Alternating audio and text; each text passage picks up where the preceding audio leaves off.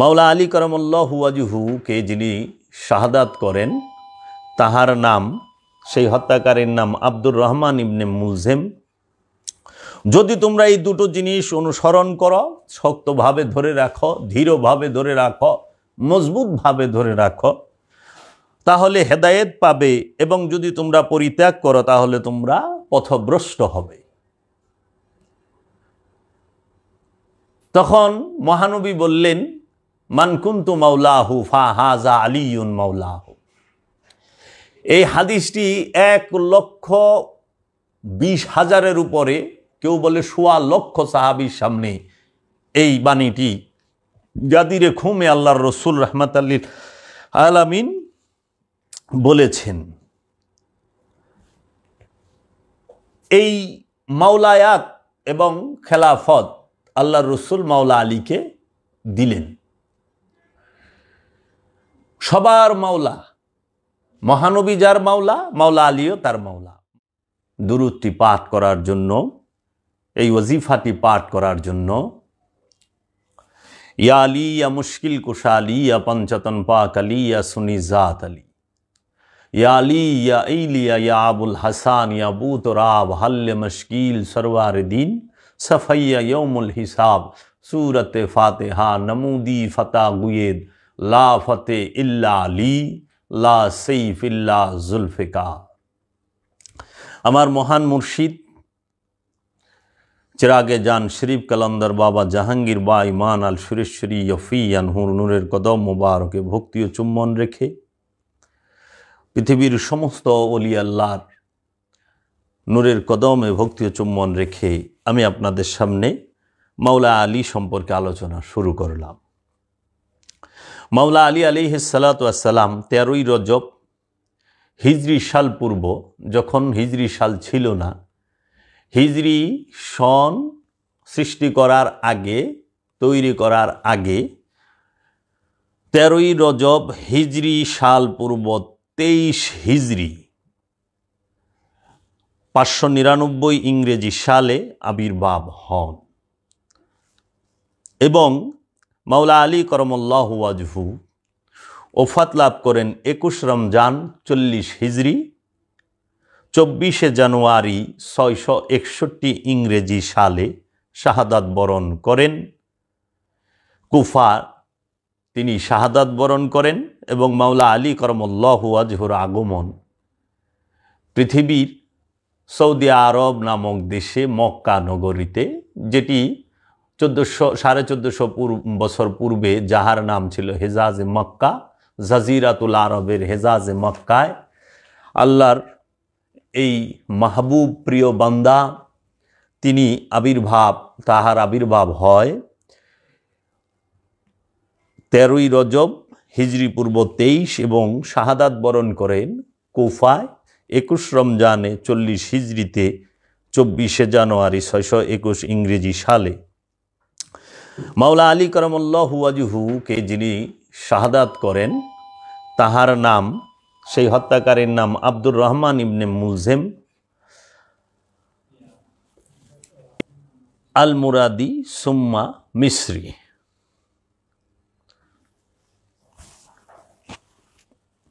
আরবে আগের দিনে রজব মাসের 13, 14, 15 তারিখে পবিত্র কাবা শরীফের দরজা মানুষের জন্য খুলে দেওয়া হতো, মানুষ যেন সবাই সুন্দরভাবে কাবা তওয়াফ করতে পারেন। সেই সময়কালে মাওলা আলীর আগমনের আগে কাবা ঘরের ভিতরে রজব মাসের 13, 14, 15 তারিখে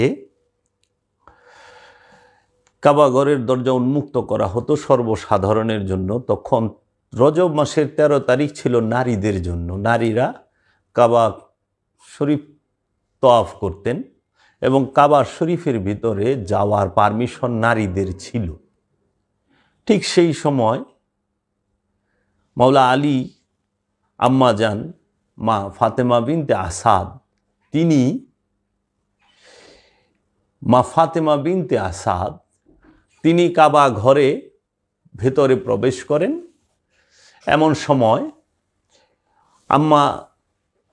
মা ফাতেমা বিনতে আসাদের প্রসব বেদনা উঠে এবং রব্বে কাবার ভেতরে, পবিত্র কাবা ঘরের ভিতরে মাওলা আলী করমল্লাহু ওয়াজহুর আগমন ঘটে। মাওলা আলী কাবা ঘরের ভিতরে রব্বে কাবার ভিতরে আগমন লাভ করেন। তিনি চোখ খোলেন না। যখন তিনি চোখ খোলেন না, মহানবী যখন শুনতে পেলেন যে মাওলা আলীর মা ফাতেমা বিনতে আসাদের সন্তান হয়েছে মাওলা আলী, তখন মহানবী মাওলা আলীকে দেখতে যান এবং গিয়ে বলেন যে আমার কাছে আলীকে দিন। এমন সময় মাওলা আলী করমল্লাহু ওয়াজহু চোখও খুলেন নাই, মায়ের স্তনে দুধও পান করেন নাই। আল্লাহর হাবিবের কুলে আসার পরে সঙ্গে সঙ্গে মাওলা আলী করমল্লাহু ওয়াজহু প্রথম যে দিদার দর্শন সেইটি করলেন কুল কায়নাতের রহমত লিল আলামিনের চেহারায় আনোয়ার মুবারক, এবং এই সঙ্গে সঙ্গে মহানবী আপন জিব্বাটি মাওলা আলী করমল্লাহু ওয়াজহুর মুখে দিলেন। সেখান থেকে লালা মুবারক, লোয়াবে দাহান যাহাকে বলা হয়, লোয়াবে দাহান চুষে মাওলা আলী পান করলেন। আগমনটা কত সুন্দর! আগমন হয়েছে রব্বে কাবার ভেতরে এবং দিদার হয়েছে রব্বে কাবার, দিদার হয়েছে রব্বে হাবিবের রবের দিদার, হাবিবের নবীর দিদার, হাবিবের রসুলের দিদার, মাওলার রসুলের, মাওলার নবীর, মাওলার যে হাবিব তাহার দিদার হয়েছে। পান করলেন মাওলা রহমতুল লিল আলামিনের লালা মুবারক।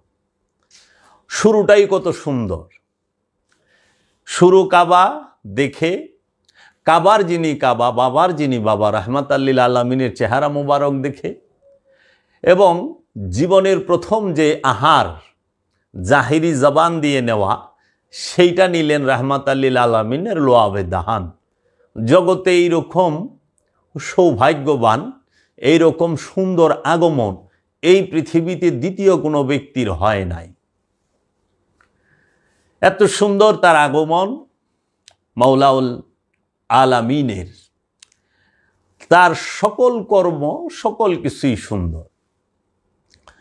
মাওলা আলী করমল্লাহু ওয়াজহুকে মহানবী মহব্বত করেন। মাওলা আলী করমল্লাহু ওয়াজহু সম্পর্কে মহানবী হাদিস শরীফে বলেছেন যে আলী মিন্নি ওয়া আনা মিনাল আলী, আলী আমা থেকে আসছে, আমি আলী থেকে আসছি। এই আলী আমা হইতে, আমি আলী হইতে, আমি আর আলী একই নূরের দুইটা টুকরা। এই দেহের মধ্যে মাথার মূল্য যতখানি, আমার কাছে আলীর মূল্য ততখানি। এই দেহের মধ্যে প্রাণের মূল্য যতখানি, আমার কাছে আলীর মূল্য ঠিক ততখানি। তখন মহানবী মাওলা আলী করমল্লাহু ওয়াজহুকে যখন কুলে নিতে গেলেন, মাওলা আলী করমল্লাহু ওয়াজহুর তিনি মা ফাতেমা বিনতে আসাদ বললেন, আপনি আলীকে কুলে নিয়েন না, তিনি হায়দার। হায়দার মানে হচ্ছে যে নাখুন মারে, মানে খামসি মারে। খামসি মারাকে আরবিতে বলা হয় হায়দার। আবার হায়দার অর্থ সিংহ বলা হয়। যেরকম আরবিতে আসাদ মানে সিংহ, হায়দার মানেও সিংহের একটা রূপ, কার্রার মানেও সিংহের একটা রূপ। আসাদ বলা হয়, যেরকম অনেকে আরবিতে বলেন আসাদুল্লাহ, অনেকের নামও রাখেন আসাদুল্লাহ। আসাদুল্লাহ শব্দের অর্থ হইল আল্লাহর সিংহ। আসাদুল্লাহ মানে যে আল্লাহর সবচেয়ে শক্তিশালী, শক্তির যে অধিকারী, এইরকম বোঝানো হয় রূপক ভাষায়। তা আসাদ যে সিংহ, সে কি করে? সে বসে তার শিকারকে খুব তীক্ষ্ণ দৃষ্টিতে যখন শিকারের দিকে তাকায় থাকে তখন তাহাকে বলা হয়, ওই রূপটাকে আসা। এবং যখন হায়দার বলা হয়, হায়দার মানে হচ্ছে, এটাও সিংহের একটা রূপ। হায়দার মানে হইল শিকারকে যখন দৌড়ায়া ধরার এবং তাকে খুব আয়ত্তের ভিতরে গ্রেফতার করা, বন্দি করার যে রূপটা, সেই রূপটাকে বলা হয় হায়দার, যে খামসি দিয়া ধরে এমনভাবে আর ছুটতে পারে না। তারপরে বলা হয় কাররার। কাররার শব্দের অর্থ হইল যে উল্টায়া পাল্টায়া, আশ্রায়া পাশ্রায়া যে আঘাত করে, শিকার করে, তাকে বলা হয় কাররার। যদিও সিংহের সাথে তুলনাটা মাওলা আলীর সাথে যায় না, আমি করতে পারি না, এটা আমার কাছে দ্বিতীয় স্তরের কথা। হায়দার, কাররার এবং আসাদ, আসাদুল্লাহ, হায়দার কাররার, গালিব আল গালিব। মাওলা আলী আলাইহিস সালাতু ওয়াস সালামকে যখন কুলে নিতে গেলেন বললেন যে সে হায়দার। এখন আমরা সব সময়, অনেকে প্রশ্ন থাকে যে আপনি মাওলা কেন বলেন, মাওলা আলী মানে কি? মাওলা তো এটা কেমন কথা হইল? অনেকে শিরকও বলেন। দেখুন, আলী শব্দটি 11 বার এসেছে কোরআনে। আলী শব্দের অর্থ হইল উচ্চ,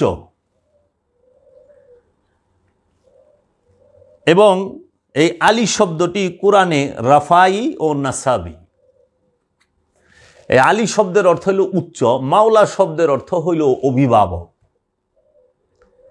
আর মাওলানা শব্দের অর্থ হইল আমাদের অভিভাবক। এখন আমরা আমাদের ইমাম সাহেবদেরকে যদি বলি মাওলানা সাহেব আসেন, যারা আরবি ভালো জানেন, কোরআন হাদিস পড়েছেন, তাদেরকে আমরা ডাকি মাওলানা সাহেব, আজকে ওয়াজ ফরমাইবেন অমুক মাওলানা। মাওলানা মানে হলো আমাদের প্রভু। সেইখানে কাহারও কোনো অভিযোগ নাই, কোনো লাল চিহ্ন নাই। কিন্তু যখনই আলী আলাইহিস সালাতু ওয়াস সালাম বলা হয়, মাওলা বলা হয়, তখনই অনেকের গায়ে জ্বালা পোড়া করে। মাওলা শব্দের অর্থ অভিভাবক, আলী শব্দের অর্থ হলো উচ্চ। আপনারা সূরা বাকারার শেষের আয়াতের বাংলা অর্থ পড়ে দেখবেন, ওয়া আনতা মাওলানা ফানসুরনা আলাল কওমিল কাফিরিন। উচ্চ অভিভাবক যিনি আমাদের সকলের, রসুল প্রেমিকদের, তিনি হচ্ছেন হায়দার কাররার, ইমামুল আশজাইন, মাওলা আলী। এই মাওলা শব্দটা আসলো কোথা থেকে? আলী শব্দটা কোরআনে পাই, মাওলা শব্দটাও কোরআনে পাই। মাওলা শব্দটা আমরা বলি নাই, আমি বলি নাই, আমার কথা না, এটা আল্লাহর হাবিব রাহমাতাল লিল আলামিনের কথা। আল্লাহর হাবিব যখন 18ই জিলহজ 10 হিজরি সনে হজ করে, বিদায় হজ করে মক্কা থেকে মদিনা শরীফে যাওয়ার পথে, মদিনা থেকে কিছু দূরে একটি স্থান আছে, মক্কা মদিনার মাঝামাঝিও বলে অনেকে। এই স্থানে, তার নাম হচ্ছে গাদিরে খুম। খুম নামক স্থানে একটি সমাবেশ হয়। খুব মানে জলাশয়, গাদির মানে সবাই একত্র হয়েছে, এটা সমাবেশ। গাদিরে খুমের মধ্যে কোরআনুল মাজিদের একটি আয়াত নাজিল হইল যে, হে আমার রসুল, আপনি আপনার কাছে অর্পণকৃত যে দায়িত্ব সেটা আপনি পালন করুন। সেইখানে আল্লাহর হাবিব বিদায় হজ থেকে 8 দিন পরে মদিনার উদ্দেশ্যে রওনা, এই কাফেলা অবস্থায় গাদিরে খুম নামক স্থানে একটি ভাষণ দিলেন, উটের পিঠে একটি স্টেজ করে।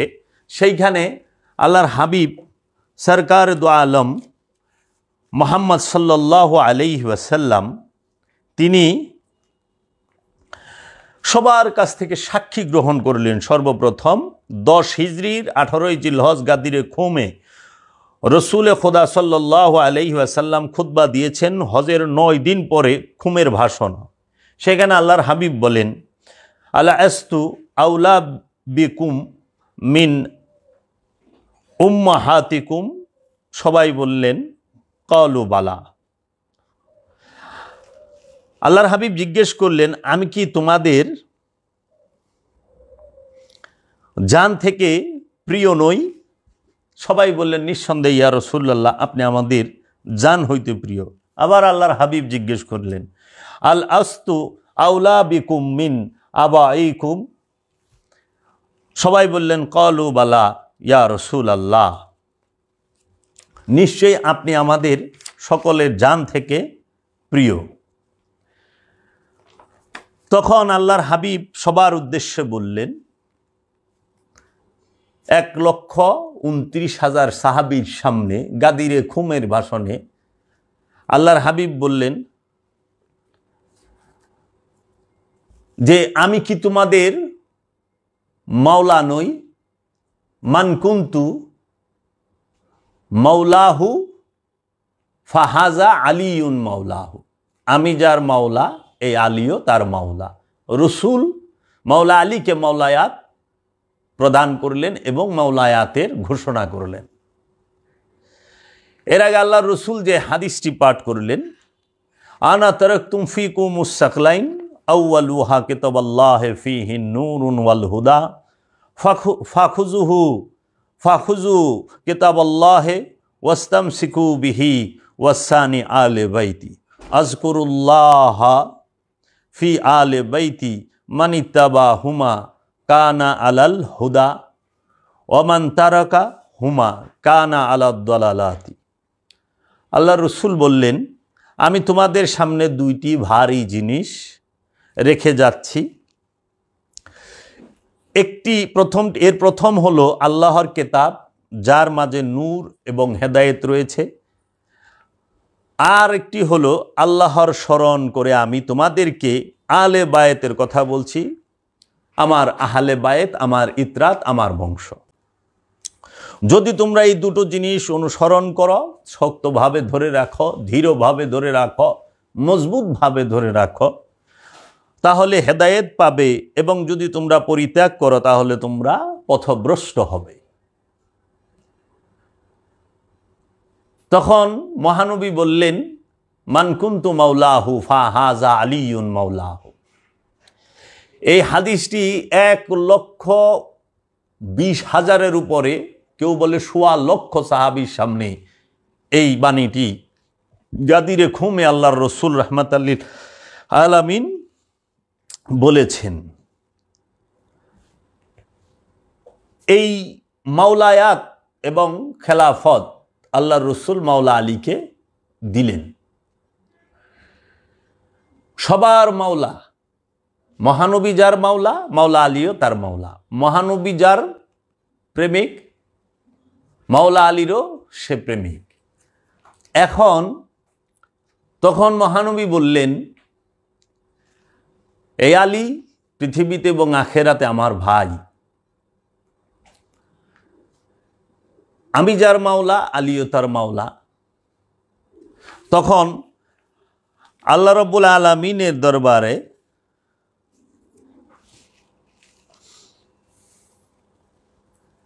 ফরিয়াদ রাখলেন, ইন্নাল্লাহ মাওলা ওয়া আনা মাওলাল মুমিনিন ওয়া আনা আউলা বিহিম মিন আনফুসিহিম।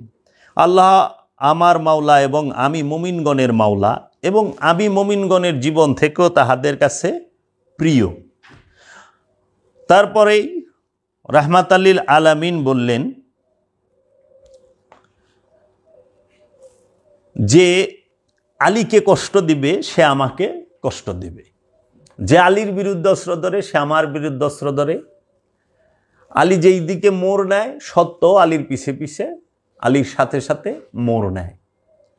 এবং মুনাফেক কখনো আলীকে ভালোবাসবে না, আর মুমিন কখনো মাওলা আলীকে ঘৃণা করবে না। আমি আর আলী একই নূরের 2টা টুকরা। আলী আমার ভাই পৃথিবীতে এবং আখেরাতে। আমি তোমাদের মাঝে দুইটা জিনিস রাখলাম, কিতাব আল্লাহি ওয়া ইত্রাদাহি, আল্লাহর কিতাব, নবীর বংশ। এই কিতাব বংশ থেকে জুদা হবে না, আর বংশ কিতাব থেকে জুদা হবে না। এই কিতাব এবং বংশ হাউজে কাউসারে আল্লাহর হাবিবের সাথে মিলিত হবে। এখন এখানে একটু খেয়াল করুন, আমরা যদি মনে করি যে গাদিরে খুমে আল্লাহর রসুল এইরকম বাইন্ডিংকৃত একটি কিতাব হাতে নিয়ে বলেছেন আমি কিতাব রেখে গেলাম, আমাদের কাছে কিতাব মানে কি? বই, সহিফা, বুক, তাই না? কোরআনকে কিতাব বলে। তা রাহমাতাল লিল আলামিন গাদিরে খুমে যখন ভাষণ দিলেন তখন তো এরকম বাইন্ডিংকৃত লিখিত কিতাব ছিল না। সেই কিতাবটা কি? আপনারা যদি সেই কিতাবটা কি আপনারা যদি খেয়াল করেন, সূরা মরিয়মের মধ্যে, সূরা মরিয়মের 29-30 নম্বর আয়াত আপনারা যা খেয়াল করবেন, এখানে বলতেছে হযরত ঈসা রুহুল্লাহ তিনি বলতেছেন ইন্নী আব্দুল্লাহ আতানি আল কিতাব ওয়া জাআলনি নবিয়্যা, আমি আল্লাহর বান্দা, আমাকে আল্লাহ কিতাব দিয়েছেন, আমি কিতাব নিয়ে এসেছি এবং আমাকে নবী হিসেবে মনোনীত করা হয়েছে। ঈসা রুহুল্লাহ মার পেট থেকে 3 দিনের শিশু ওই কথা বলতেছে। এইরকম বাইন্ডিংকৃত কোনো বই, কোনো কিতাব, কোনো পুস্তক, কোনো বুকস হাতে নিয়ে আসেন নাই। সেটি কোন কিতাব? ঈসা রুহুল্লাহ বললেন আমি কিতাব নিয়ে এসেছি, সেই কিতাবের নাম ইনজিল। মুসা কালিমুল্লাহ বললেন আমি কিতাব নিয়ে এসেছি, সেই কিতাবের নাম তাওরাত।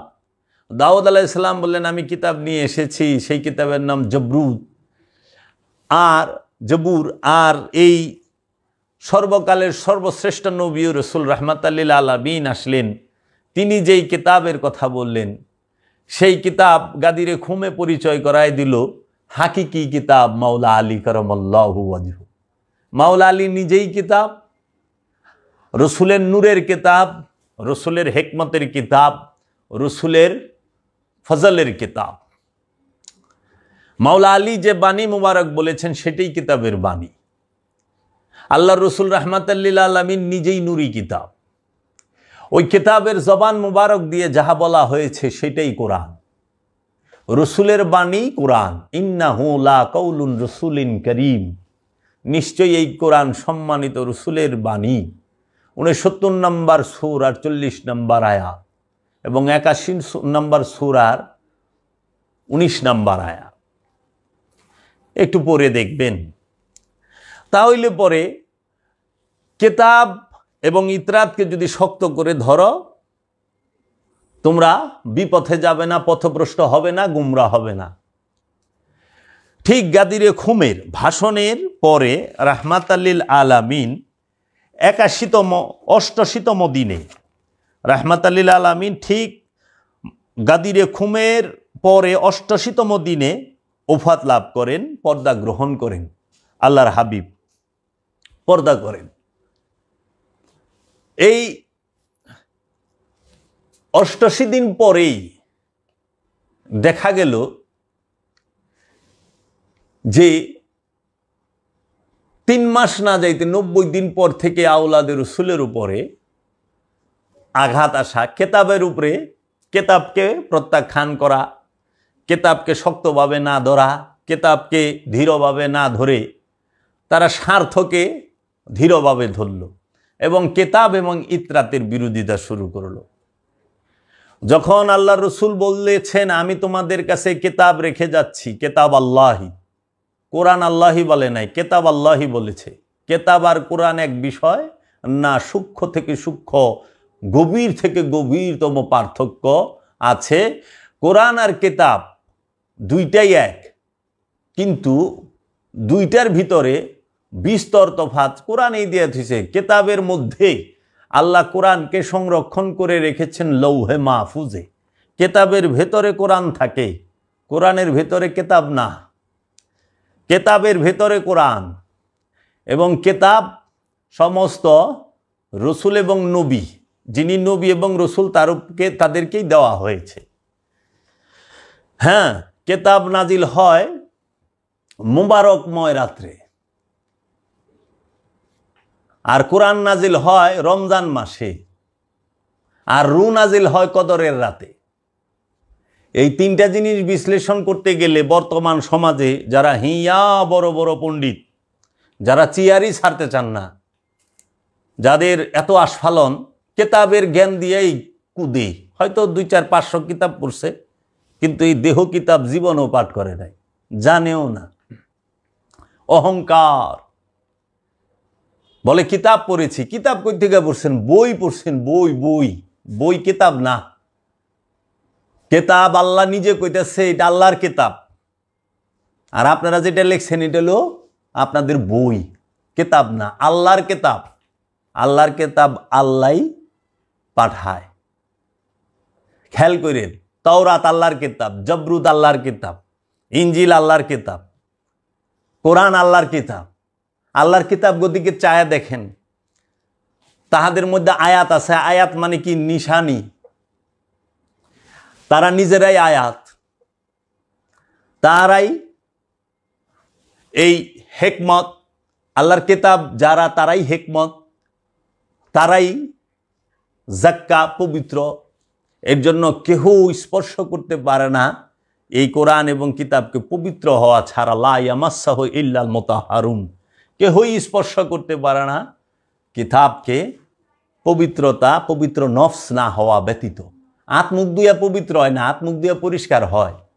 আর খান্নাস রূপী শয়তান মুক্ত হইলে নফসে হয় পবিত্র।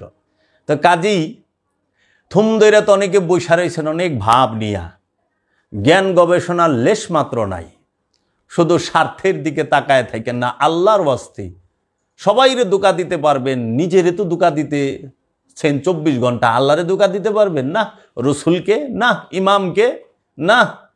কারণ কিয়ামতের দিন, মৃত্যু দিবসে, ইয়াউমা নাদউ কুল্লা উনাসিম বিইমামিহিম, কিয়ামত দিবসে রব্বুল আলামিন প্রত্যেক নফসকে তার ইমাম সহ ডাকবে। মৃত্যুর দিবসে যে প্রত্যেক নফসকে, প্রত্যেক ব্যক্তিকে তার ইমাম সহ ডাকা হবে। একটু খেয়াল করেন, ইমাম কি চিনতে পেরেছেন? পারেন নাই তো, কিন্তু এমন ভাব নিয়ে বসে আছেন মনে হয় অনেক কিছু, কিচ্ছু না। সেই কিতাব রাহমাতাল লিল আলামিন, কিতাবকে কতল করা হয়েছে, কিতাবকে শহীদ করা হয়েছে 21শে রমজানে। নাতিকুল কুরআনকে শহীদ করা হয়েছে 21 রমজানে। আল্লাহর হাবিবের নফসকে শহীদ করা হয়েছে 21শে রমজানে। কারণ আল্লাহর হাবিব নিজেই বলে রাখছেন কোরআনুল কারিমে, মাওলা আলী যে আল্লাহ রসুলের নফস, সেটা সূরা আল ইমরানের 61 নম্বর আয়াত পড়লে টের পাবেন, বুঝতে পারবেন যে সেইখানে আয়াতে মুবাহেলা, যেটাকে বলা হয় খ্রিস্টানদের সাথে নজরানে যে মুবাহেলা হয়েছিল, সেইখানে আল্লাহর হাবিব বলেছেন, ফাকুল তাআলাউ নাদউ আবনাআনা ওয়া আবনাকুম ওয়া নিসাআনা ওয়া নিসাকুম ওয়া আনফুসানা ওয়া আনফুসাকুম। সুতরাং তোমরা যদি সত্য দাবিদার হয়ে থাকো, চলো আমরা আল্লাহর দরবারে অভিশাপ বর্ষণ করি। তোমরা তোমাদের ছেলেদের নিয়ে আসো, আমি আমার ছেলেদেরকে নিয়ে আসি, তোমরা তোমাদের নারীদেরকে নিয়ে আসো, আমি আমার নারীকে নিয়ে আসি, তোমরা তোমার নফসকে নিয়ে আসো, তোমাদের নফসকে নিয়ে আসো, আমি আমার নফসকে নিয়ে আসি। এই ছেলের স্থানে মহানবী ইমাম হাসান আলাইহিস সালাম, ইমাম হুসেন আলাইহিস সালামকে নিয়েছেন। নেসা, নারীর স্থানে মা ফাতেমাকে নিয়েছেন। নফসের স্থানে মাওলা আলীকে নিয়েছেন।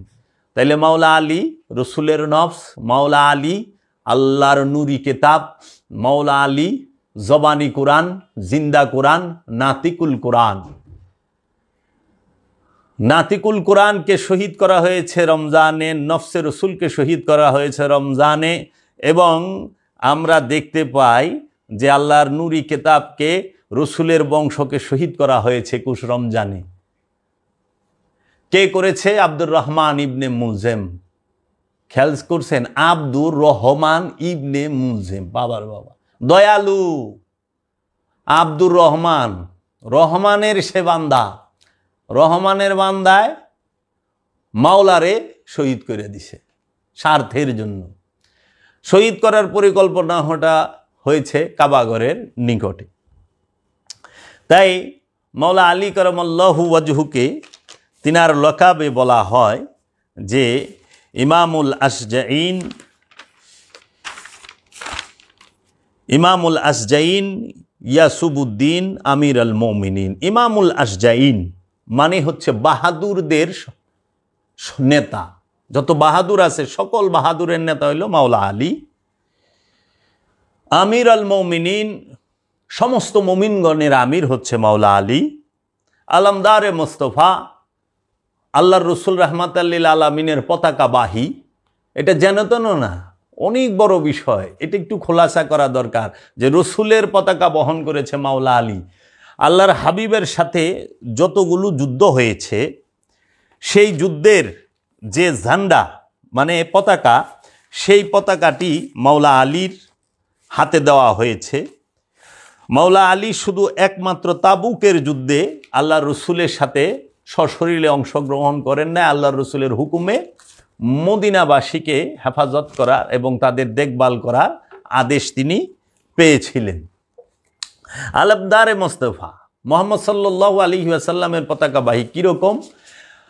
যদি যেরকম বদরের যুদ্ধে 313 সৈনিক সাহাবা ছিলেন রসুলের, আনসাররা, এই 313 জনের নেতৃত্ব যার হাতে তাকেই পতাকা দেওয়া হয়। এবং এই 313 জনের মূল ইসে এবং আরবে যুদ্ধের নিয়ম ছিল হইল যে সবাই মিলে একসাথে যুদ্ধ করতো না, মারামারি করতো না। বিষয়টা হইল দুইটা দল যাইতো, এই দুই দলের যারা বাহাদুর, 1 জন 2 জন 4 জন 5 জন 10 জন এইরকম যারা বাহাদুরেরা বাহাদুরগোর সাথে লড়ে। এই বাহাদুরেরা যে ওই দলের পতাকা যে নিয়ে আসে তারে যদি হারাইতে পারে তাহলে এরা জিতে যায়, আবার বিপরীত দলও যদি পতাকা নিয়ে পড়ে যায় তাহলে তারা জিতে যায়। মানে মোট কথা যারা লড়বে, যারা লড়ে তাদের হাতেই পতাকাটা দেওয়া হয়। এবং এই পতাকাবাহী যিনি, তিনি পড়ে গেলেই কিংবা পতাকা পড়ে গেলে যুদ্ধ হেরে গেল। তাই মাওলা আলী কারামাল্লাহু ওয়াজহুর হাতে যে পতাকা ছিল সেই পতাকাটি লা ইলাহা ইল্লাল্লাহু মুহাম্মদ রাসূলুল্লাহর লেখা পতাকা। এই মাওলা আলী কারামাল্লাহু ওয়াজহু তিনি যে যুদ্ধগুলোর মধ্যে অংশগ্রহণ করেন সেই বিষয়ে আমরা বলবো। মাওলা আলী কারামাল্লাহু ওয়াজহু যাহার ঘরে আগমন করেন তিনার নাম ইমাম আবু তালিব আলাইহিস সালাতু ওয়াস সালাম, এবং তিনার বংশ পরিচয়টা মাওলা আলীর আমাদের জানা উচিত, আমরা অধিকাংশ মানুষ জানি না। ইমামে আরবের কুরাইশ, মক্কার কুরাইশ হাশমি গোত্রে ইমাম আবু তালিব আলাইহিস সালাতু ওয়াস সালামের ছেলে ইমাম আব্দুল মুত্তালিবের ছেলে ইমাম আবু তালিব আলাইহিস সালামের ঘরে আগমন করেন মাওলা আলী কারামাল্লাহু ওয়াজহু। ইমাম আব্দুল মুত্তালিব তিনি বিবাহ করেন, মহানবীর দাদা মাওলা আলীর দাদা, তিনি বিবাহ করেন যাহাকে, তার নাম ফাতেমা বিনতে আমার বিন আয়াস। মহানবীর দাদির নাম ফাতেমা বিনতে আমার বিন আয়াস। এনারা দুইজন মহানবীরও আপন দাদা এবং দাদি। আব্দুল মুত্তালিব এবং ফাতেমা বিনতে আয়াসের ঘরে 3 ছেলে হয়, মানে মা বাবা এক।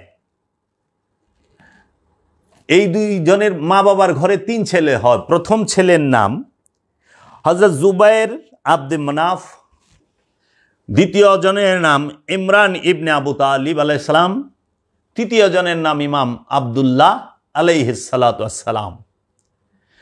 ইমাম আব্দুল্লাহ আলাইহিস সালাম হচ্ছেন 3 ভাইয়ের মধ্যে ছোট, এবং এই ছোট ভাইয়ের ঘরেই রাহমাতাল্লিল আলামিনের আগমন ঘটে। মাওলা আলীর বাবা ছিলেন মেজো, আর মাওলা আলীর আরেক চাচা আব্দে মানাফ, হযরত জুবাইর আব্দে মানাফ, তিনি।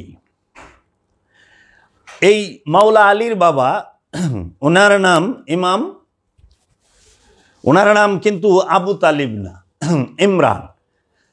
বাপদাদার দেওয়া নাম হচ্ছে ইমরান। আবু তালিব বলা হয়,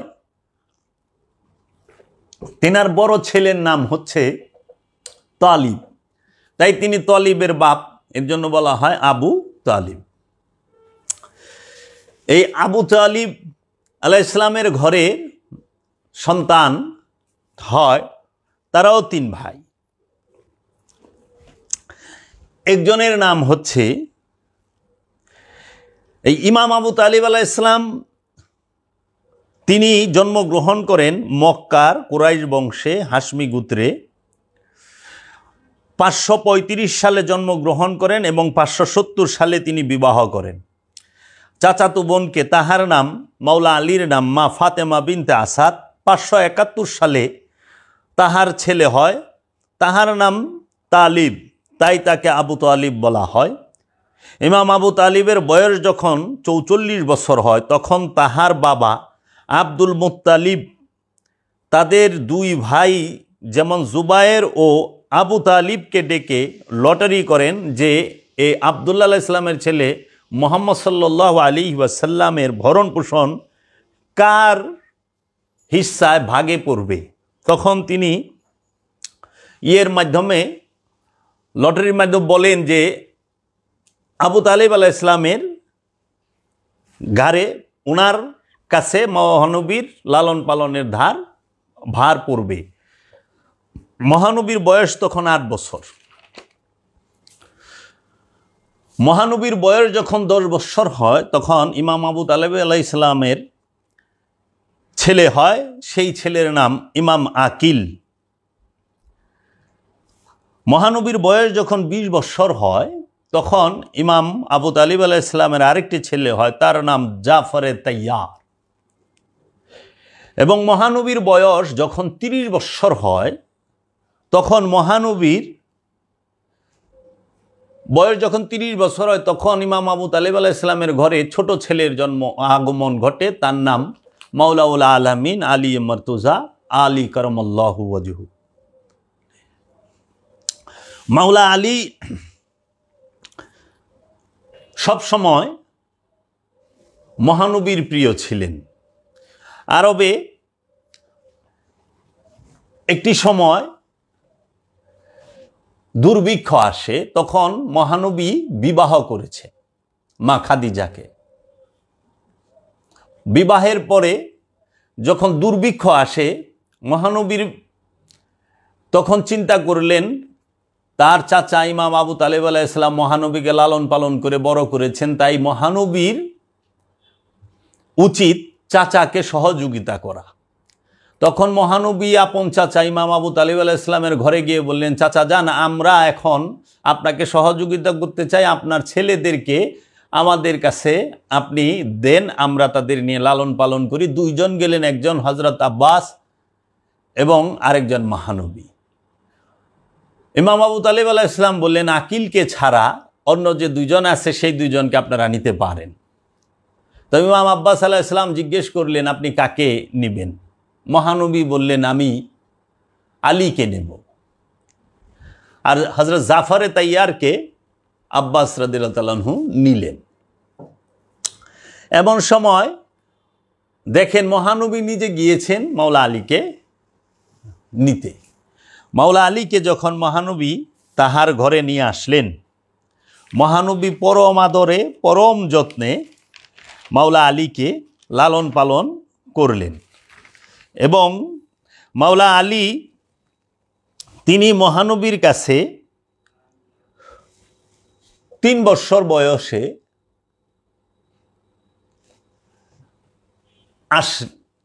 আর একটু বেশি, এই সময়ের মধ্যে মহানবীর কাছে আসলেন। মহানবীর কাছে মাওলা আলী 33টা বছর,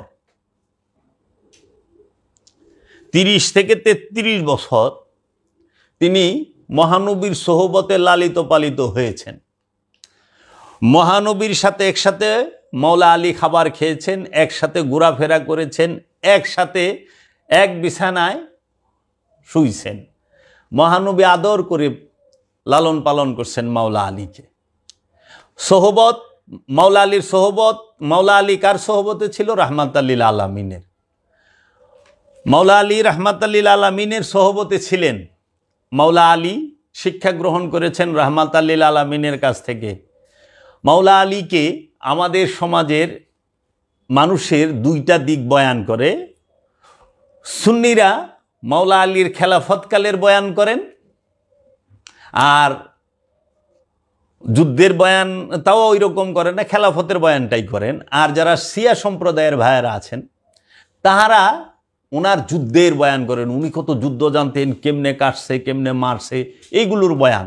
কিন্তু মহানবী মাওলা আলী সম্পর্কে বলেছেন, আনা মাদিনাতুল ইলমি আলী ও বাবাহা, আমি এলেমের শহর, আলী তার দরজা। মাওলা আলী হচ্ছে মহানবীর এলেমের শহরের মদিনার একমাত্র দরজা। যার আধ্যাত্ম রাজ্যের সিনার এলেম লাগবে তারও মাওলা আলীর দরজা দিয়ে প্রবেশ করতে হবে। যাহার মাথার মগজের যে আধ্যাত্ম রাজ্যের এবং কেতাবের জ্ঞান যার প্রয়োজন তারও মাওলা আলীর দরজা দিয়ে প্রবেশ করতে হবে। কোরআনের জ্ঞানের যার প্রয়োজন তারও মাওলা আলীর দরজা দিয়ে প্রবেশ করতে হবে। ফুরকানের জ্ঞানের যার প্রয়োজন তারও মাওলা আলীর দরজা দিয়ে প্রবেশ করতে হবে। কেতাব, কোরআন, ফুরকান এবং সিনার এলেম যদি কেউ বুঝতে চায়, শিখতে চায়, সেই সিনার এলেমের, কোরআনের এলেমের, কেতাবের এলেমের, ফুরকানের এলেমের এবং মেরাজের হাকিকতের যে এলেম, সেই এলেম যদি কেউ অর্জন করতে চায়, মুরাকাবা মুশাহেদার যে এলেম, সেই এলেম যদি কেউ অর্জন করতে চায়, মাওলা আলীর দরজা দিয়ে প্রবেশ করতে হবে। কারণ মাওলা আলী ছাড়া কেউই নাই। কেন নাই? যখন মহানবীর বয়স আপনার 36 বৎসর, তখন মহানবী হেরা পর্বতে গমন করেন। মহানবী হেরা পর্বতে মুরাকাবা মুশাহেদা করেন মাওলা আলী মহানবীর সাথে হেরা পর্বতে, গারে হেরায় রাহমাতাল্লিল আলামিন মাওলাউল আলামিন। কোরআনুল কারীম গারে হেরায় নাজিল হয়, রুহুল আমিন আগমন করেন সেখানে মাওলা আলী কারামাল্লাহু ওয়াজহু।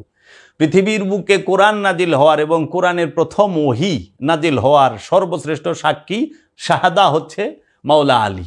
আল্লাহ রসুলের নবুয়ত প্রকাশের সর্বপ্রথম সাক্ষী মাওলা আলী।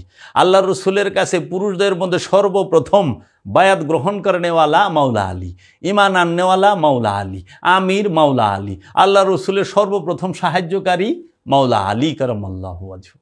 এই মাওলা আলী আলাইহিস সালাতু ওয়াস সালামকে আল্লাহ রসুল নিজ হাতে খাবার খাওয়াইছেন, গোসল করাইছেন, পোশাক পরাইছেন, নিজের আঙুল ধরে ঘোরায়া বেড়াতে নিয়ে গেছেন, হেরা গুহায় শিক্ষা দেবার জন্য নিয়ে গেছেন। মাওলা আলীর কাছে হেরা পর্বতের এলেম আছে, গারে হেরার তাসাব্বুরের এলেম আছে, তাফাক্কুরের এলেম আছে, তাকিলুনের এলেম আছে, তাতাব্বারুনের এলেম আছে। তাতাব্বারুন, তাফাক্কারুন, তাকিলুন, মুরাকাবা, মুশাহেদা, তাসাউফ, ইলমে লাদুনি, ইলমে মারেফাত, সুফিবাদের এলেম আছে। তাই মাওলা আলীকে বলা হয় ইমামুল ফুকারা।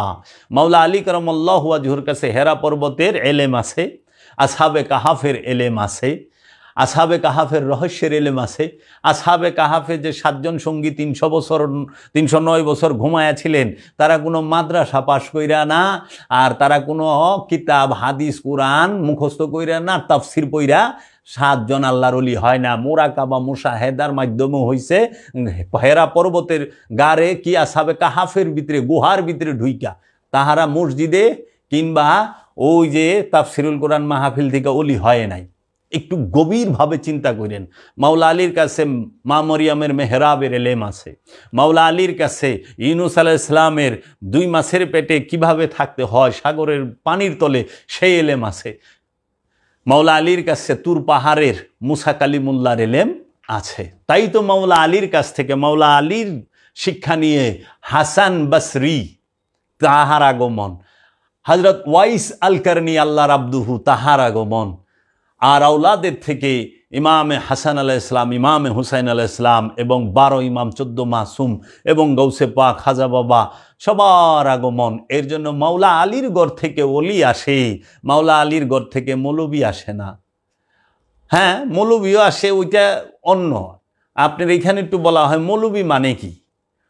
যার সাথে আমরা বলি না মৌলবি সাহেব, মৌলা যার সাথে থাকে তিনি মৌলবি।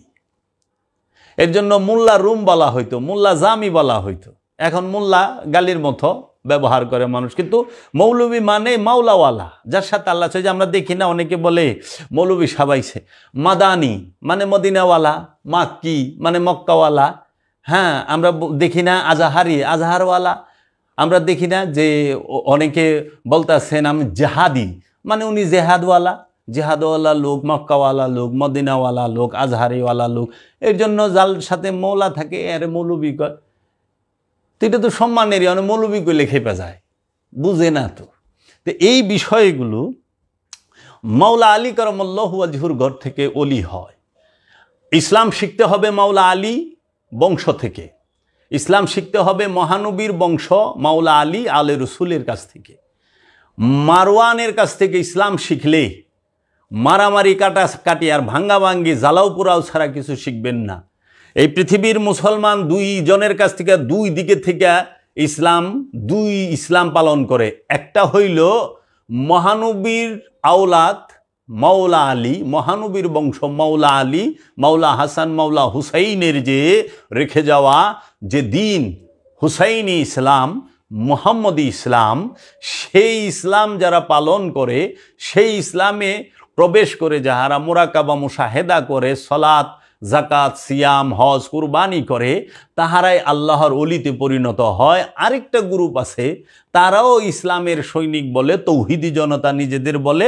এই তৌহিদি জনতা যারা, তারা আবার যাকে অনুসরণ করে তিনি হইলেন আবু সুফিয়ানের ছেলে মুয়াবিয়া এবং আবু জাহেলের ছেলে আবুল হেকামের ছেলে মারওয়ান বিন হাকামের। এই উমাইয়াদের ইসলাম পালন যারা করে, আবু সুফিয়ান এবং মারওয়ানের ইসলাম যারা পালন করে, তাই আমি বলে থাকি যে তুমি ধর্ম শিখছ কার কাছ থেকে, ইসলাম শিখছ কার কাছ থেকে? তুমি কি মাওলা আলীর থেকে ইসলাম শিখছ, মাওলা হুসাইনের থেকে ইসলাম শিখছ, নাকি তুমি ইয়াজিদ আর মারওয়ানের কাছ থেকে ইসলাম শিখছ?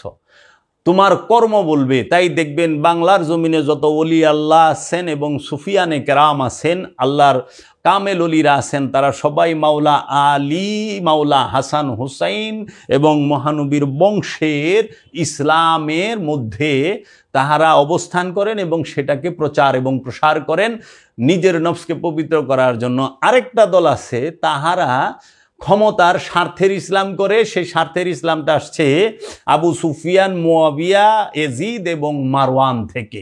এই মারওয়ানের ধর্ম যারা করে তাহারা খুব ভয়ানক। মারওয়ান তার ধর্ম মহানবীর নামে চালায় দিছে, মহানবীর নামে মারওয়ানের ধর্ম চালায় দিছে। তো কাজেই এই মাওলা আলী আলাইহিস সালাতু ওয়াস সালাম কে যারা অনুসরণ করেন এবং আহলে বায়েতকে যারা অনুসরণ করেন, আল্লাহর ওলিদেরকে যারা অনুসরণ করেন, সেটা হোক কাদরিয়া, চিশতিয়া, নকশবন্দিয়া, মুজাদ্দিদিয়া, সরওয়ার দিয়া কিংবা ওয়াইসিয়া, যেটাই হোক সেটাই সঠিক ইসলাম।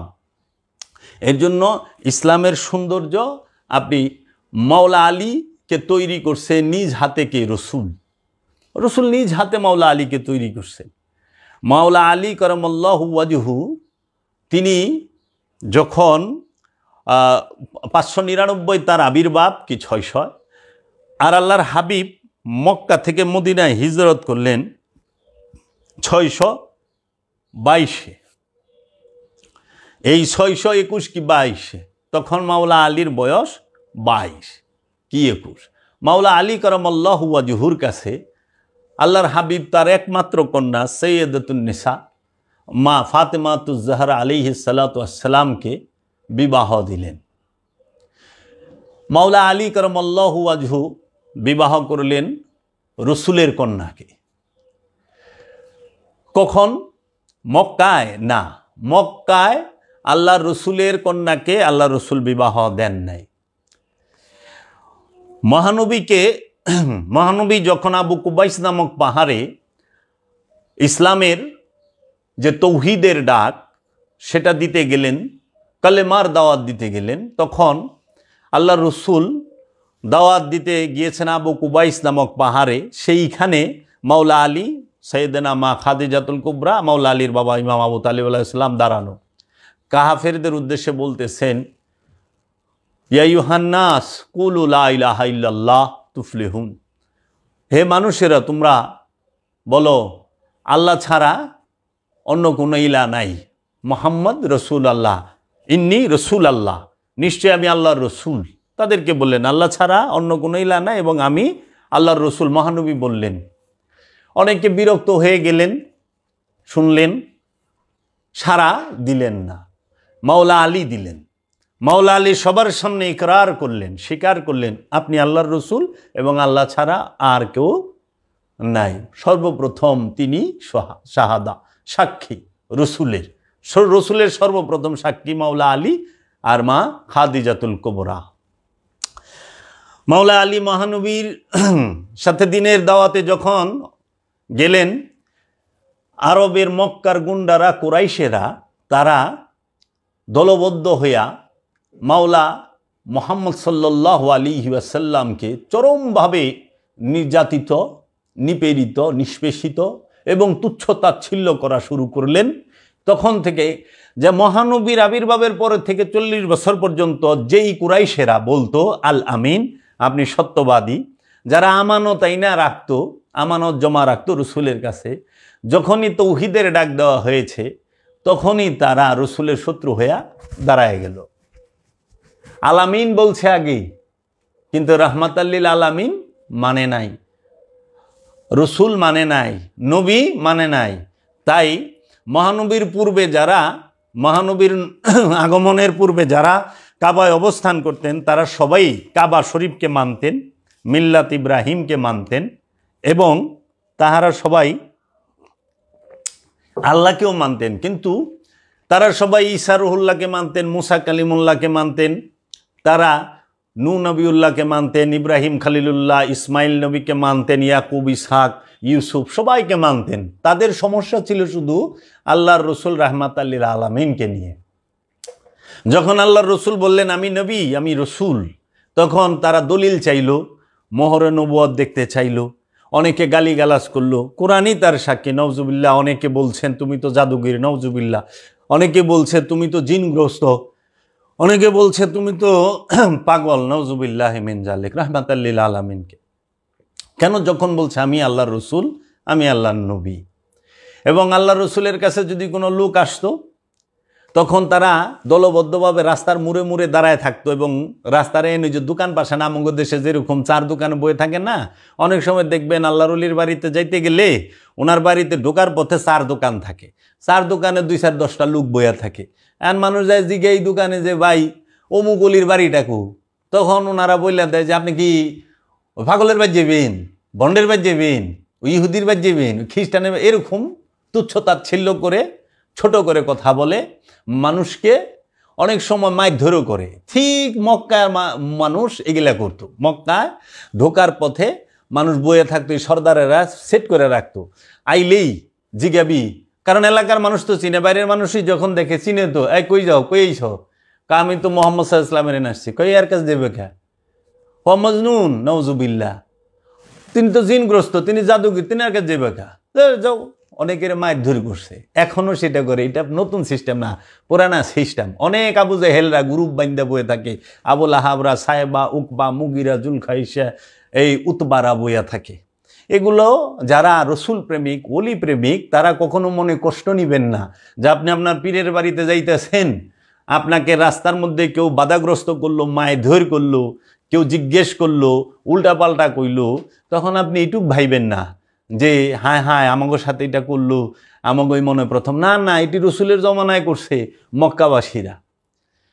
রসুলকে অত্যাচার করতে করতে একটি সময় আসলো, যেই সময়কে বলা হয় শেবে আবু তালিব। অবরুদ্ধ করা হইল আল্লাহর রসুল রাহমাতাল লিল আলামিনকে। আল্লাহর রসুল রাহমাতাল লিল আলামিন যখন দিনের দাওয়াত দেওয়া শুরু করলেন, দেখেন মাওলা আলী কী করছে তাই বলি। এই আমি যে এখন ঘটনাটা বলি, এই ঘটনাটা গোপন, এটা সহজে কেউ কয় না, এটা লুকায়। মাওলা আলী এবং মাওলা আলীর বাবার শান মান এখান থেকে প্রকাশ হবে। এর জন্য এই মোল্লা মুন্সিরা, এই ওহাবি, এই মারওয়ানের যারা সন্তান, এজিদের ইসলাম যারা করেন, তারা লুকায়। দেখেন শেবে আবু তালিব, এই শেবে আবু তালিব কখন হয়?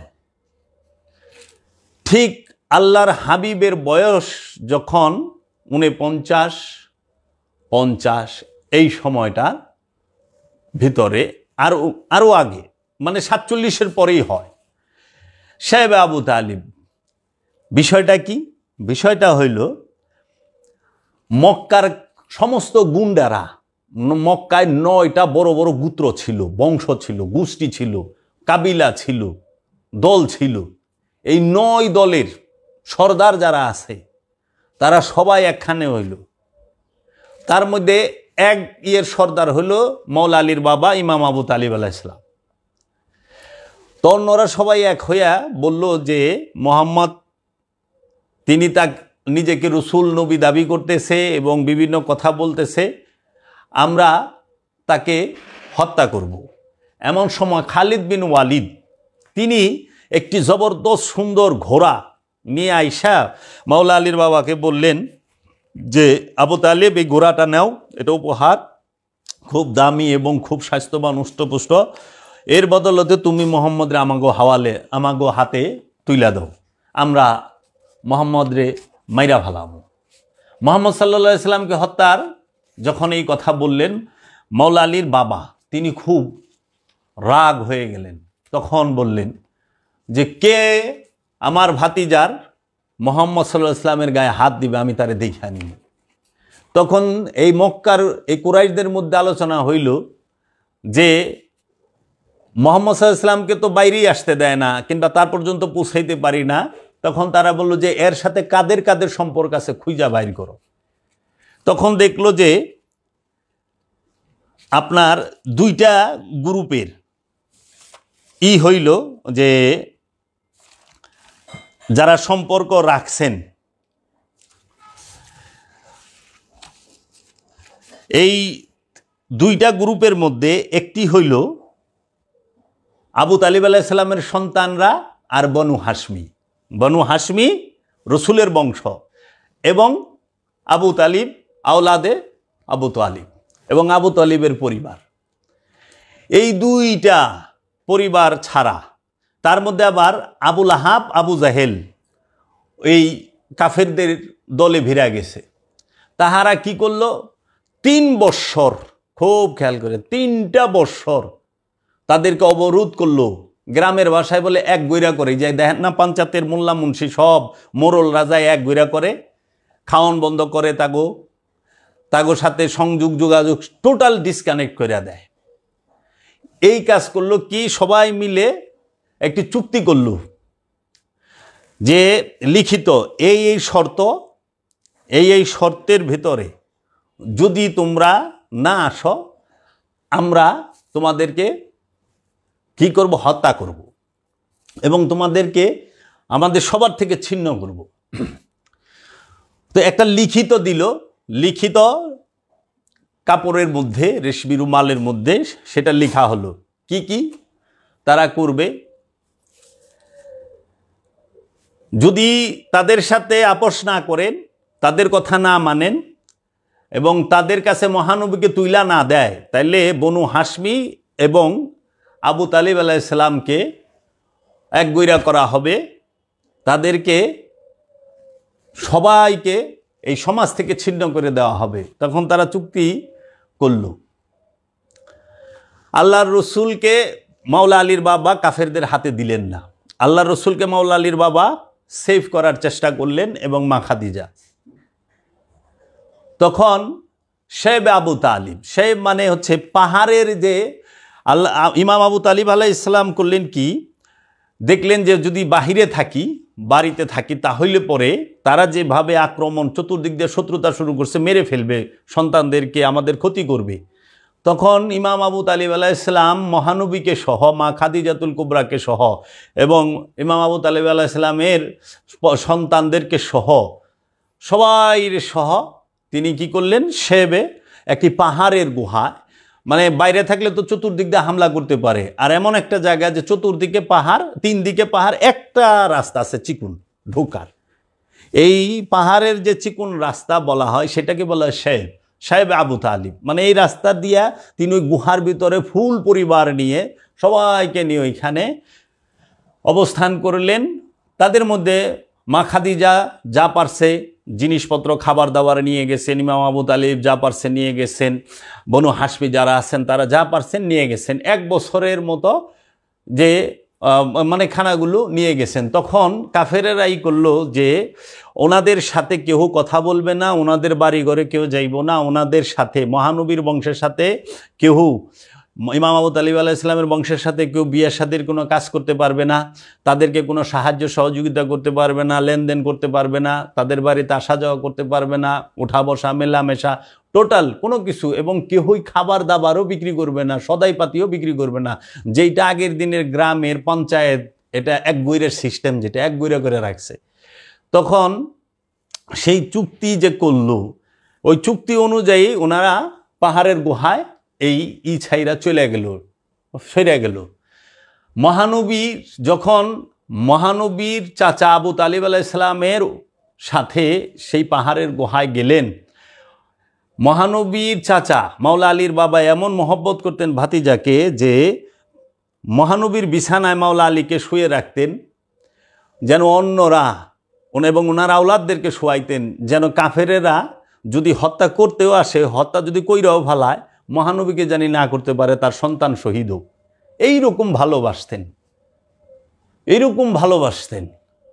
বাবা ইমান, যদি আলেম, বড় বড় আলেম যারা, তাদের সাথে উঠা বসা করে দেখেন, কি যদি কেউ আমার এই কানের উপরে পিস্তল ধরে, যদি আপনার কানের উপরে মাথার মধ্যে পিস্তল ধরে বলে যে তুই ক যে আল্লাহ ছাড়া অন্য মাবুদ আছে, আর যদি সেই কথা ওই সময় সে কয়, সে কিন্তু কাফের হবে না কোনো মুসলমান। কেন? কারণ সে মুখ দিয়া স্বীকার করছে হইল বিপদে পড়া, কিন্তু দিলে তার তৌহিদ আছে, তার হৃদয়ে সে বিশ্বাস আছে যে আল্লাহ এক, আল্লাহর কোনো শরীক নাই।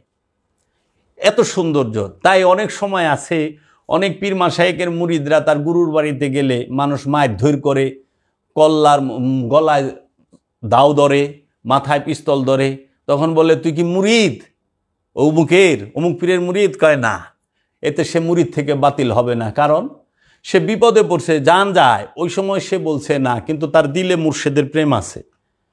এর জন্য আল্লাহ দিল দেখে, নিয়ত দেখে, যার নিয়ত সুন্দর তার সব সুন্দর। আল্লাহ নিয়তের দিকে তাকায়। এর জন্য তৌহিদ থাকবে দিলে, ইকরার থাকবে তৌহিদের জবানে। এখনকার যে আমরা দেখি তৌহিদি জনতা, এরা মুখে মুখে তৌহিদি জনতা, এদের দিলে মহব্বত ইমান নাই। ইমান থাকলে কোনোদিন অলির সাথে বেয়াদবি করে না, রসুলের বংশের সাথে বেয়াদবি করে না। আর যারা রসুলের বংশরে কচু কাটা করছে তাদের প্রেমিক হয় না, রসুলের প্রেমিকই হইতো। তো ইমাম আবু তালিব আলাইহিস সালাম যখন সেই গুহার ভিতরে 1 বছরের ভিতরে খানা যা সামান পাতি ছিল সেটি শেষ, এখন কিভাবে চলবে? তখন কি করলেন? মা আপনার একমাত্র ওই সময়ে বের হওয়া যাইতো, হজের তারিখ আইলে ওই সময় ওই গুহা থেকে হজ মানে কাবা তোয়াফ করার সুযোগ পাইতো। এমন সময় যদি কেউ দোকানে যাইতো আর যদি পরিচিত হইতো, তার কাছে কেউ সদাই বেচত না। আর আবুল আহাব, আবু জাহেল, উকবা সাহেবা এরা যখন দেখতো যে অমুক দোকানে সদাই কিনতে গেছে, যদি তখন এরকম একটা কাপ 1 দিরহাম দেয় কিনতো, তাহলে আর ওইটার দাম কত 10 দিরহাম, যেন না কিনতে পারে।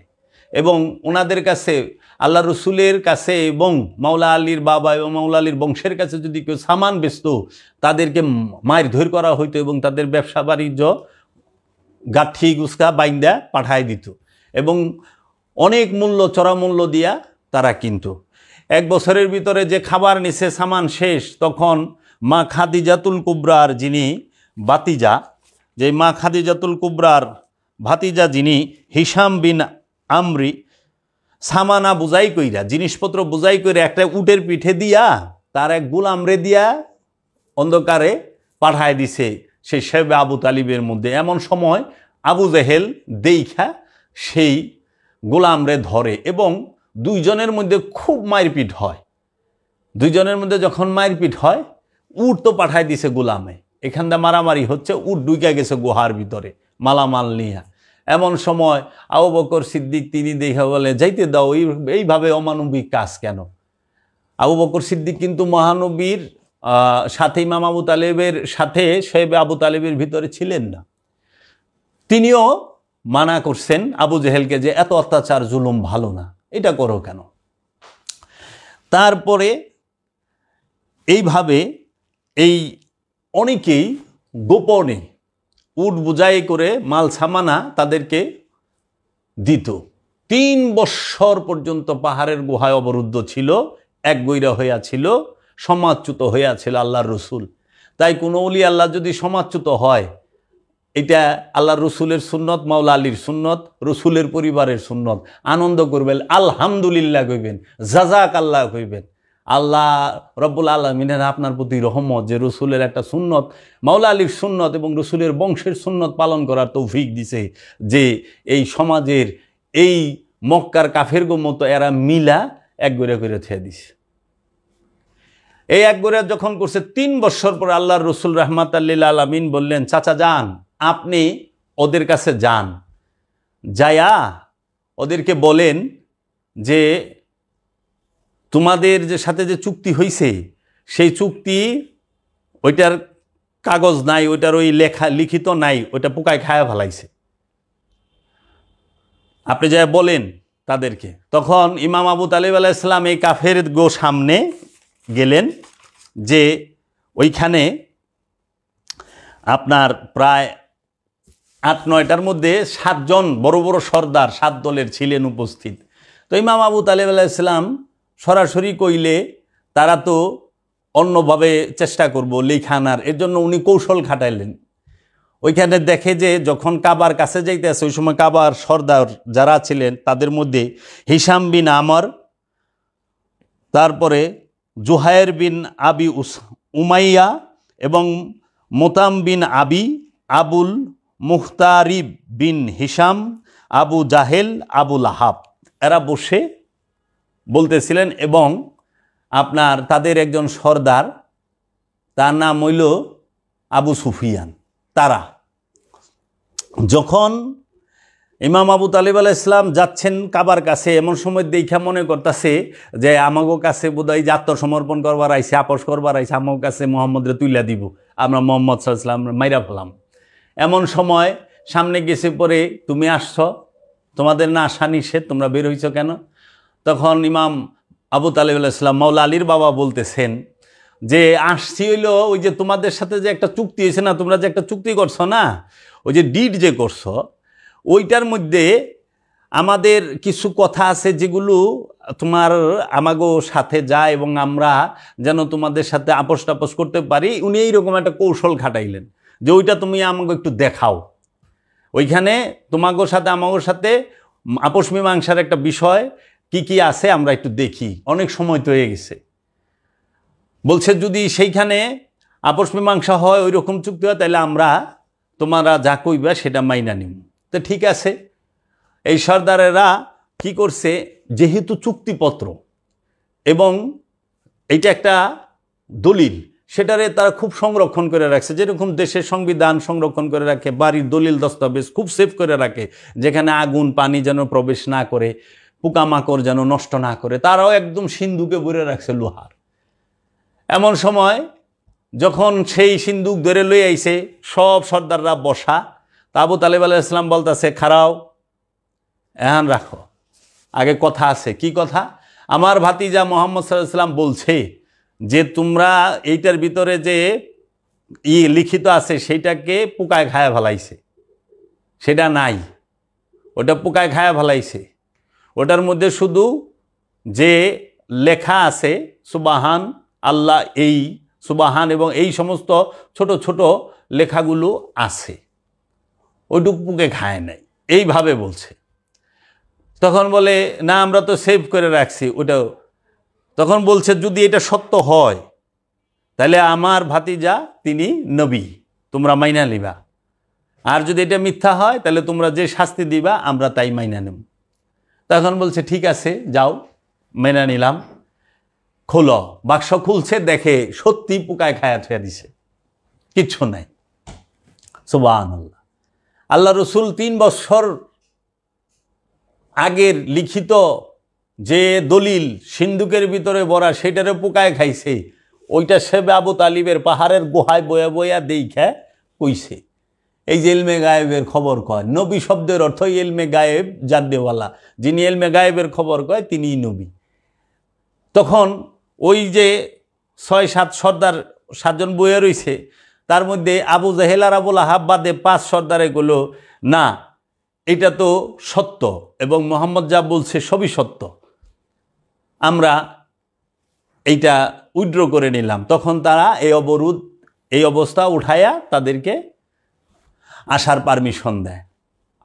ইমাম আবু তালেব আলাইহিস সালাম, মা খাদিজা এবং মাওলা আলী মহানবী এবং মহানবীর যে সাথে সঙ্গী সবাই আসছেন। ঠিক তার কিছুদিন পরেই শারীরিকভাবে অসুস্থ হয়ে ইমাম আবু তালেব আলাইহিস সালাম তিনি ইন্তেকাল করেন। মাওলা আলীর বাবা ইন্তেকাল করেন। মাওলা আলীর বাবা ইন্তেকাল করার পরে মা খাদিজা অত্যন্ত অসুস্থ হয়ে যায়। মাওলা আলীর বাবা দাফন কাফন করলেন মহানবী। মাওলা আলীর বাবাকে যেখানে রাখা হয়েছে কবরে, ওই কবরের মধ্যে প্রথম মহানবী শুইছে নিজে। ওই সময় জানাজার বিধান আসে নাই, এমনিতে কবর যেছে, কিন্তু এই শুইছে মহানবী নিজে। তা যার কবরের ভিতরে মহানবী আগে শয় তার থেকে খুশনসিব আছে। আর মহানবীর উপরে মাওলা আলীর বাবার কত অগাধ প্রেম, মহব্বত এবং বিশ্বাস, ইমান। চিন্তা করতে পারেন, নিজ হাতে লালন পালন করছেন মহানবীকে মাওলা আলীর বাবা। আর এই ওহাবির বাচ্চারা কয় কি, এই উমাইয়া আব্বাসিয়াদের ৫ আটা গোলামেরা কয় কি, $1 বিক্রি হওয়া, তারা মাওলা আলীর বাবা সম্পর্কে কি আজে বাজে মন্তব্য করে। মাওলা আলীর বাবাকে দাফন কাফনের পরে 3 দিন পরে মা খাদিজাতুল কুবরা ইন্তেকাল করেন। মাত্র 3 দিন পরে মহানবীর চাচা মাওলা আলীর বাবা ইমাম আবু তালেব আলাইহিস সালামের ইন্তেকালের 3 দিন পরে মা খাদিজাতুল কুবরা ইন্তেকাল করেন। মহানবীর দুইজন, একজন হইল জীবন সঙ্গী সহধর্মিনী, আরেকজন হইল গার্জিয়ান, অভিভাবক, চাচা। দুইজনই ইন্তেকাল করলেন। মহানবী এর ভিতরে খুবই মানসিকভাবে একটু তিনি দুর্বল। এইভাবে যে আত্মীয় স্ত্রী মারা গেছেন, ইন্তেকাল করছেন, চাচা গার্জেন, এই সুযোগে কি করছে, এই মক্কার 40 কাফের মিলা মিটিং করছে দারুন নুতবায়। ওই দারুন নুতবার মধ্যে ওই আবু জেহেল 40 কাফেরের মিটিংয়ের মধ্যে যিনি নাকি সভাপতি ছিলেন তার নাম হলো শেখ নাজদি। এই শেখ নাজদি এবং আবু জেহেল তাহারা সম্পূর্ণ করেন যে মহানবীকে নিদ্রারত অবস্থায় ঘরে মধ্যে হত্যা করা, তাকে নির্বাসনে না দেওয়া, এক করে কোনো লাভ নাই, নির্বাসনে দেওয়া লাভ নাই, অন্য কিছুটা ডাইরেক্ট মেরে ফেলাও। তখন আরবের মক্কার 40 কাফের 80 চোখ লইয়া মহানবীর ঘর ঘেরাও করছে রাতে। এমন সময় ওহী আসছে যে আপনি হিজরত করুন। মাওলা আলীকে বিছানায় শুয়া মহানবী মদিনার দিকে যাত্রা শুরু করলেন, হিজরত হলো। মহানবীর বয়স তখন 52। মহানবী হিজরত করেন। মাওলা আলীকে বললেন, আলী তুমি আমার বিছানায় শও, আমানত যা আছে কালকে সবাইরে দিবা, 2 দিনের ভিতর দিয়া তুমি মদিনায় আসবা। মাওলা আলী কারামাল্লাহু ওয়াজহু দেখেন আল্লাহ রসুলের মতো হুবহু রসুলের বিছানায় শুয়ে রইল। আল্লাহ রসুলের আমানত মাওলা আলীর হাতে দিয়ে গেল এবং আল্লাহর রসুল তার কন্যা, তার পরিবার সবাইকে রাইখা গেলেন মাওলা আলীর জিম্মায়। মহানবীর সমস্ত লেনদেন আরব মক্কার মধ্যে চুকায়া মাওলা আলী যে কাফেলা ছিল মদিনার উদ্দেশ্যে, তিনি তাদেরকে নিয়ে, ওই কাফেলা 4 জন ফাতেমা ছিল, সেটা আমি অন্য সময় বলুন, ভিডিওটা অনেক বড় হয়ে যাব। উনি মদিনার উদ্দেশ্যে রওনা করলেন। দিনের বেলা অবস্থান করতেন, রাতের বেলায় হাঁটতেন। মহানবী মক্কা থেকে মদিনা হিজরত করে মদিনায় প্রবেশ করেন নাই, রাস্তার মধ্যে এক প্রেমিকের বাড়িতে তিনি অবস্থান করতেছেন, অপেক্ষা করতেছেন মাওলা আলী এবং তার পরিবার বর্গের জন্য, সবাইকে একসাথে নিয়ে মদিনায় প্রবেশ করবেন। 3 দিন পরে মাওলা আলী মক্কা থেকে মদিনার উদ্দেশ্যে রওনা দেন। মদিনা শরীফে গিয়ে মহানবীর সাথে মিলিত হয়ে মদিনায় প্রবেশ করেন। সবাই খুশ আমদে তালা আল বাদুর আলাইনা মিন সানিয়াতিল বিদা, এই গজল গায় এবং নাদ গায়া আল্লাহ রসুলের স্বাগতম জানায়া মদিনার আনসাররা নিজের হৃদয় রাজ্যের মধ্যে আল্লাহ রসুলকে বসাইলেন। প্রেমিকেরা আনসার আর কোরাইশ, মক্কার কোরাইশ, মদিনার আনসার, মদিনাবাসী প্রেমিকেরা, আনসার মানেই তো প্রেমিক, এই প্রেমিকেরা আল্লাহ রসুলকে রাখলেন। এখন এই আবু জেহেল কমিটি, এই Abu Jahl private limited company যারা আছেন তারা তো ব্যর্থ হইল। এখন তারা কি করব? মহানবীকে হত্যা করার জন্য তারা মদিনা শরীফে গেছে। মদিনা শরীফে গেছে, মক্কা থেকে 600 মাইল দূর মদিনা। সেই মদিনায় গেছে মক্কা থেকে কোনো রাজা বাদশারা জানে, এরা কিন্তু রাজা না। এই যে যেরকম আছে না মোল্লা বংশ, চৌধুরী বংশ, খা বংশ, শিকদার বংশ, এইরকম বড় বড় গোষ্ঠী গোত্র, তাগো বংশে 100, 500, 200 লাঠি আছে। এইরকমভাবে যেরকম আবু বকর সিদ্দিক বনু তামিমির, ওই তামিমি গোষ্ঠীর, আমরা আরবে থাকছি এরকম অনেক আছে, তামিমি আছে, গাতানি আছে, এরকম আছে, সৌদ আছে, ওহাবি আছে, এইরকম গোত্র অনেক আছে। আর এর নাম হয় নাকি 3 লাইন লম্বা লম্বা এক একটার নাম। তো এরা যায় এই মক্কার থেকে সব একখানে হইয়া গেছে। সর্বপ্রথম যে যুদ্ধ হইল রসুলের সাথে, সেই যুদ্ধটির নাম হইল বদরের যুদ্ধ। বদরের যুদ্ধ কার সাথে হইল? বদরের যুদ্ধের নেতৃত্ব দিছে কে? বদরের যুদ্ধের নেতৃত্ব দিছে হইল উতবা বিন রবাইয়া, এবং আরো 2 জন ছিল সর্দার। তো উতবা বিন রবাইয়া সে কে, তার পরিচয় একটু জানেন? উতবা বিন রবাইয়া হইল হিন্দার বাপের নাম, ওয়ালিদ বিন উতবার বাপের নাম, মুয়াবিয়ার শ্বশুরের নাম। এই উতবারে এক কূপে 2 টুকরা করে ফেলাইছে মাওলা আলী। এবং বদরের যুদ্ধে তারা পরাজয় হয়। থেকে তারা নিরাপদ স্থানে যায়। যাওয়ার পরে সেই বদরের যুদ্ধে রসুলের পতাকা মাওলা আলীর হাতে। দেখেন কেন মহানবীর বংশকে কুবায় কাটলো, কারা কাটলো, আমি এখন সুন্দর করে একটা দিতে চেষ্টা করুম আপনাদের। যখন উতবারে কাটলো, 3 সর্দার ছিল সেই জায়গায়, আরবের বড় বড় যারা নাকি গুন্ডা ছিল, এই গুন্ডা 9টা বড় বড় গুন্ডা ছিল।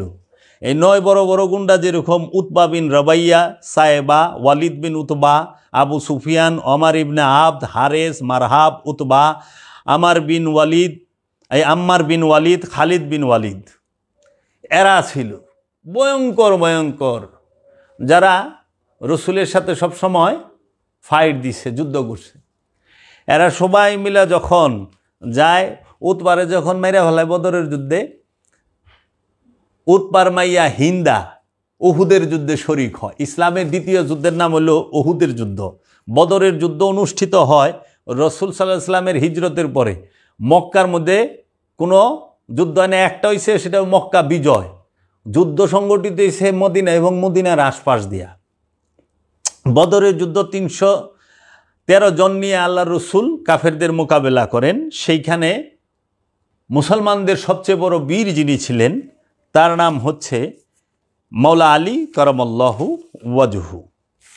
এবং ওইখানে যে আপনার দ্বিতীয় হিজরির, মানে হিজরতের দ্বিতীয় বছর, 17ই রমজান, 13ই মার্চ 624 সালে, 624 সালে বদরের যুদ্ধ হয় দ্বিতীয় হিজরিতে।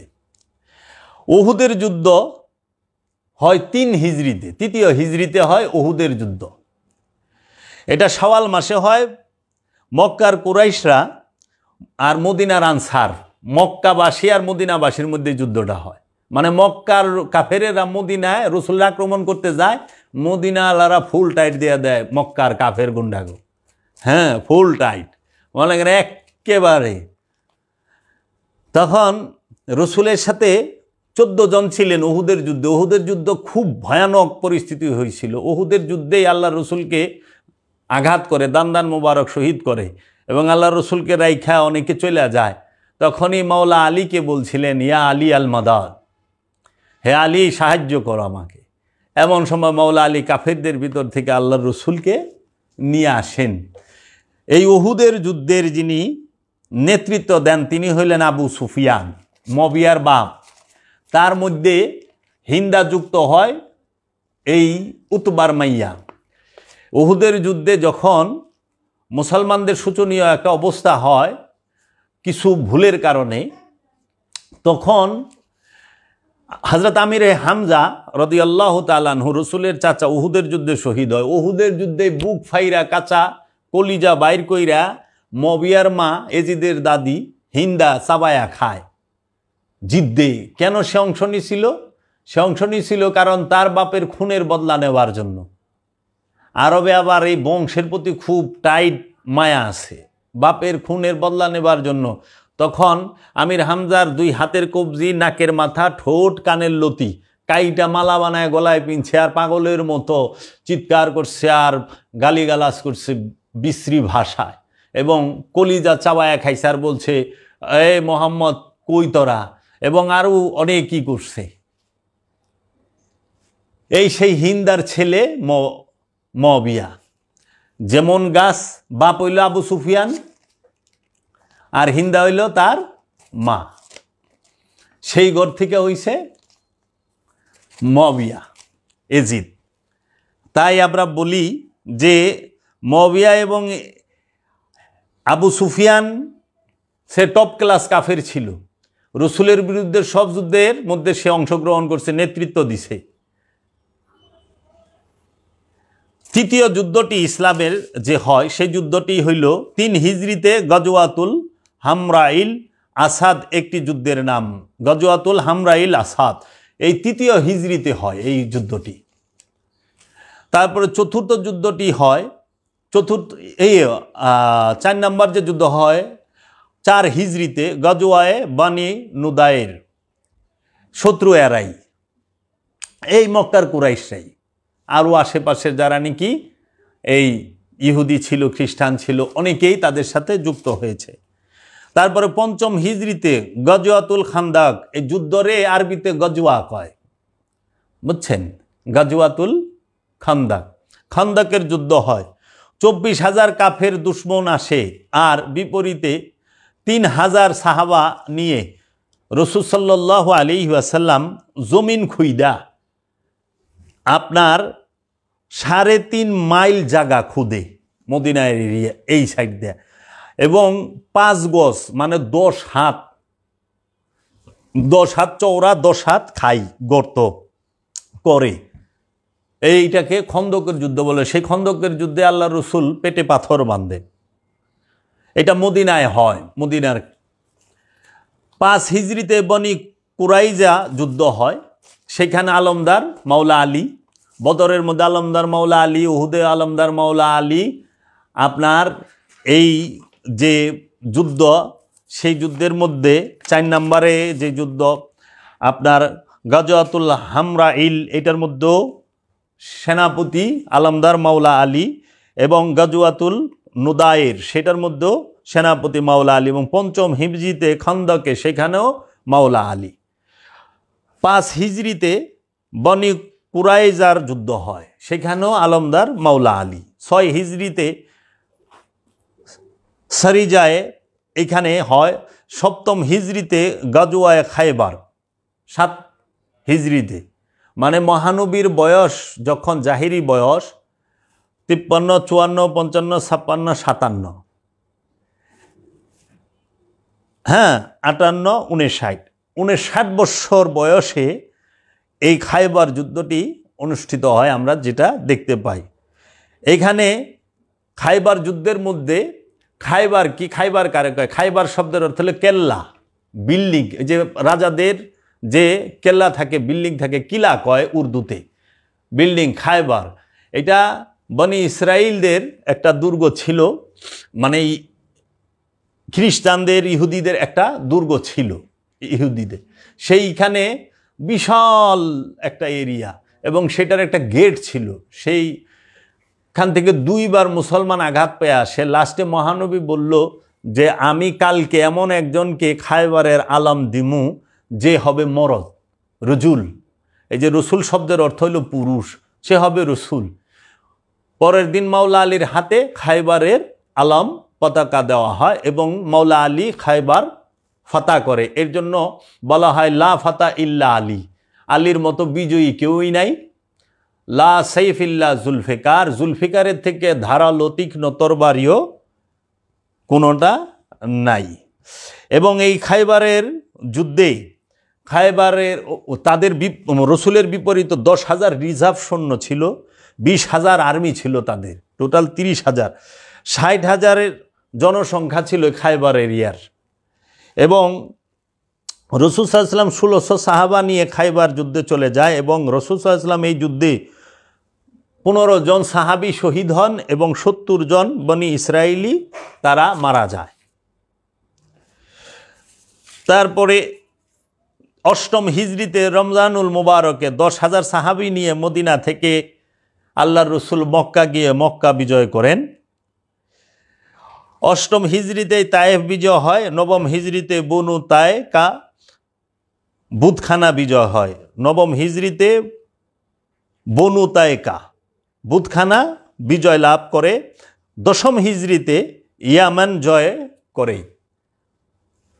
তারপরে রসুল 10ম হিজরিতেই মক্কায় বিদায় হজ এবং 10ম হিজরিতেই গাদিরে খুমের ভাষণ এবং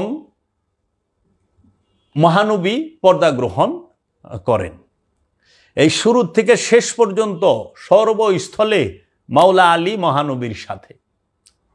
টোটাল শুধু একটা যুদ্ধের মধ্যে মাওলা আলী মহানবীর সাথে ছিলেন না, সেটা হলো তবুকের যুদ্ধ। তবুকের যুদ্ধের মধ্যে মহানবী আদেশ করছিলেন মদিনার মানুষকে দেখাশোনা করার, সেইখানে সেই মাওলা আলী। মহানবী উফাত লাভ করলেন, মা ফাতিমাও উফাত লাভ করলেন, মা খাদিজাতুল কুবরাও চলে গেলেন, ইমাম আবু তালিব আলাইহিস সালামও চলে গেলেন এবং মা ফাতেমা বিনতে আসাদও চলে গেলেন। মাওলা আলী স্রেফ একা।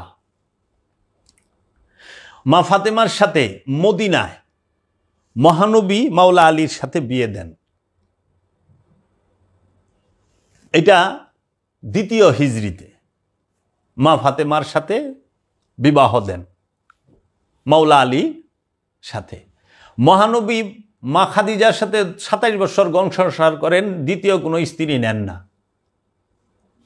মহানবী দ্বিতীয় স্ত্রী নিছেন 55 থেকে 60 বছর, 59 বছর, এই 4 বছরে অন্যান্য স্ত্রীগুলো তিনি নিছেন। আমি সেই বিষয়ে আরেকদিন আলোচনা করব, যেহেতু আজকে মাওলা আলীর বিষয়। মাওলা আলী কারামাল্লাহু ওয়াজহু মা ফাতেমাকে বিবাহ করলেন। মা ফাতেমার ঘরে 4টি সন্তান হলেন, ইমামে হাসান আলাইহিস সালাম, ইমামে হুসাইন আলাইহিস সালাম, মা জাইনাব এবং ইমাম মাহাসিন। মা ফাতেমা আলাইহিস সালাতু ওয়াস সালাম মহানবীর ইন্তেকালের 6 মাসের ভিতরে শহীদ হন, তাকেও হত্যা করা হয়। মা ফাতেমা জাহিরিভাবে থাকা অবস্থায় মাওলা আলী দ্বিতীয় স্ত্রী গ্রহণ করেন নাই। মাওলা আলী 9টি বিবাহ করেছেন। মাওলা আলীর 9টি বিবাহ করেছেন। 9টি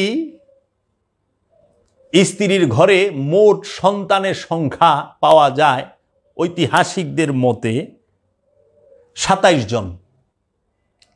তার মধ্যে 18 জন ছেলেই আছে। মহানবীর প্রথম স্ত্রী মাওলা আলী কারামাল্লাহু ওয়াজহুর প্রথম স্ত্রী তিনি বুতুল, রসুলের কন্যা সাইয়েদেনা মা ফাতেমাতু জাহরা আলাইহিস সালাতু ওয়াস সালাম, তাহার ঘরে 4 সন্তান। দ্বিতীয় স্ত্রী সাইয়েদেনা ফাতেমা বিনতে মুহাম্মদ, প্রথম স্ত্রী, দ্বিতীয় স্ত্রী মা ফাতেমা বিনতে খিজমা, ফাতেমা বিনতে হুজাইমা, 4 ছেলে হয় তার 4 ছেলের এক ছেলের নাম আব্বাস, দ্বিতীয় ছেলে আবদুল্লাহ, তৃতীয় ছেলে জাফর, চতুর্থ ছেলে উসামা। তারপরে তৃতীয় স্ত্রী লাইলা বিনতে মাসুদ, 2 ছেলে ছিল তাহার, এক ছেলে উবাইদুল্লাহ আর এক ছেলে আবু বকর। মাওলা আলীর চতুর্থ স্ত্রী হজরত আসমা বিনতে উমাইস, ইনি হজরত আবু বকর সিদ্দিকীর বিধবা স্ত্রী। হজরত আবু বকর সিদ্দিক রাদিয়াল্লাহু তাআলা আনহুর বিধবা স্ত্রীকে বিবাহ করেছেন মাওলা আলী কারামাল্লাহু ওয়াজহু। তার নাম হইল হজরত আসমা বিনতে উমাইস। তার ঘরে 2 ছেলে ছিল মাওলা আলীর, একজনের নাম ইয়াহিয়া বিন আলী, আরেকজনের নাম মোহাম্মদ আসগার। পঞ্চম স্ত্রী মাওলা আলী কারামাল্লাহু ওয়াজহুর, তার নাম হজরত উমামা বিনতে জাইনাব বিনতে মোহাম্মদ সাল্লাল্লাহু আলাইহি ওয়াসাল্লাম, মহানবীর একজন স্ত্রী। তার ঘরে এক ছেলে, তার নাম মোহাম্মদ আউসাদ। মাওলা আলীর 6 নম্বর স্ত্রী হজরত খাউলা বিনতে জাফর হানাফিয়া, তার ঘরে এক ছেলে মোহাম্মদ হানাফিয়া। মহানবীর মাওলা আলীর সপ্তম স্ত্রীর নাম উম্মে হাবিবা বিনতে রবাইয়া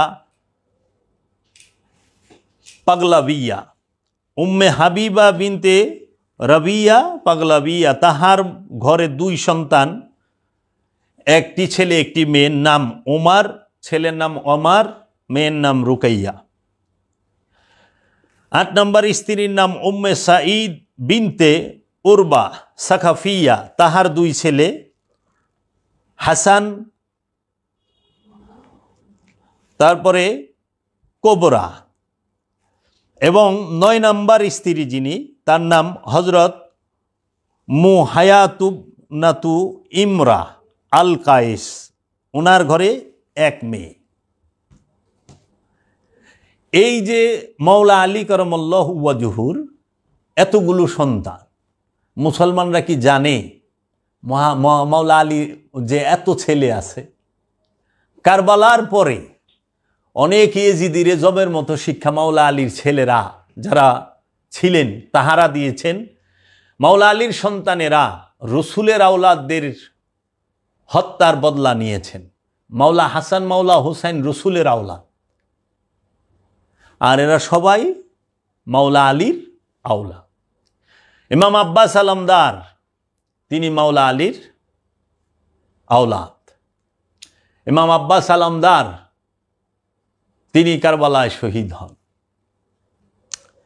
মাওলা আলীর হায়াতে জিন্দিগি 63 বৎসর, এটা লম্বা সময়।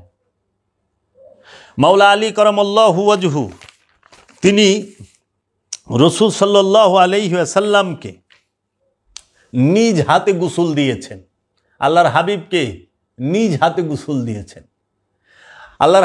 মাওলা আলীর আগমনের সময়, জন্ম গ্রহণের সময়, আবির্ভাবের সময় চোখ খুইলা রাহমাতাল লিল আলামিনকে দেখেছেন। আর রাহমাতাল লিল আলামিন জগৎ থেকে যখন চোখ বন্ধ করেন, মাওলা আলী দাঁড়ায় দাঁড়ায় তাকায় তাকায় দেখতেছে। মহানবী মাওলা আলীকে দেখে, মাওলা আলী মহানবীকে থেকে রাহমাতাল লিল আলামিন এই দেহ ত্যাগ করে। মাওলা আলী কারামাল্লাহু ওয়াজহু রাসূল সাল্লাল্লাহু আলাইহি ওয়াসাল্লামকে নিজ হাতে গোসল দেন এবং পোশাক পরানো অবস্থায়, কারণ আল্লাহর রসুল মহা পবিত্র, তৈয়ব, তাহের, রাহমাতাল লিল আলামিন। মাওলা আলী কারামাল্লাহু ওয়াজহু মহানবীকে নিজ হাতে রওজা মুবারকে দাফন করেন। মহানবীর দাফনের সময়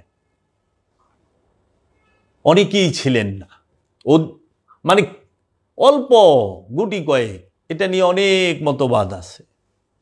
সবাই গেছিলেন রসুলের দেহ মুবারককে জমিনের উপরে রেখে কে প্রধানমন্ত্রী হবে, কে উজির হবে, কে নাজির হবে, কে খলিফা হবে, সেইটা সুলা করার জন্য। কিন্তু মাওলা আলী কারামাল্লাহু ওয়াজহু রাহমাতাল লিল আলামিনের দেহ মুবারকের সামনে থেকে নজর মোবারকের সামনে থেকে, হায়াতে জিন্দিগির সামনে থেকে, মহানবীর যুদ্ধের ময়দান থেকে, মহানবীর হেরা গুহার মোরাকাবার স্থান থেকে, মহানবীর চাদরের নিচ থেকে, মহানবীর খাবারের দস্তারখানা থেকে, মহানবীর বংশের রক্তের নূরের কেতাবের কোরআনের এবং ফুরকানের থেকে এক মুহূর্তের জন্য কোথাও জুদা ছিলেন না। এই সেই মাওলা আলী করমাল্লাহু ওয়াজহু। যখন সবাই কে খলিফা কে মন্ত্রী উজির নাজির হবে এটা সমাধান করে এসেছেন, আয়েশা দেখে আল্লাহর হাবিব রাহমাতাল লিল আলামিনের দাফন হয়ে গেছে। মাওলা আলী করমাল্লাহু ওয়াজহু 3 দিন পর্যন্ত রেখেছিলেন। তাই এইটাই শেষ সুন্নত। মানুষ যখন ইন্তেকাল করবেন, যিনি ওলিয়ে কামেল, তার দেহটা 3 দিন থাকে জমিনের উপরে। এটা রসুলের শেষ সুন্নত। যদি পয়সা যায় তাইলে 2 নাম্বার মুর্শিদের প্রেমে পুরে নাই। মুর্শিদ প্রেমে যেজন নাকি পুইরা হইছে ছাই, তার দেহ মাটিতে খাবে, মাটির এমন সাধ্য নাই। এর জন্য ওলি আল্লাহদের মাজার হয়, কারণ ওই দেহটা সংরক্ষণ করা হয়। ওই দেহ পচে না, নষ্ট হয় না, গলে না। পৃথিবীর বুকে কোনো সাহাবায়ে কেরাম যারা আসলে রসুল প্রেমিক শহীদ, তাদের দেহ নষ্ট হয় না। সেইটা আরবে প্রমাণ হইছে। কত বছর পর এক সাহাবীর দেহ মুবারক ওই যে ভেকু দিয়া খুঁড়তে সময় উঠছে। আবার নবীদের রসুলদের দেহ মুবারককে মাটির জন্য হারাম করে দেওয়া হয়েছে। ওলিয়া কামেলদের দেহ মুবারক নষ্ট হয় না। এই জন্য আমরা দেখতে পাই না 50-100 বছর 200 বছর আগে ইন্তেকাল করছে, দেহ এখন তুই অক্ষত। এইখান থেকে তাই মাওলা আলী রসুলের ঘরে থাকছে, মাওলা আলী রসুলের কুলে থাকছে, মাওলা আলী রসুলের চাদরের ভিতরে যখন আল্লাহকে রসুল তার বংশ দেখাইছে, রসুলের কম্বলের ভিতরে মাওলা আলী।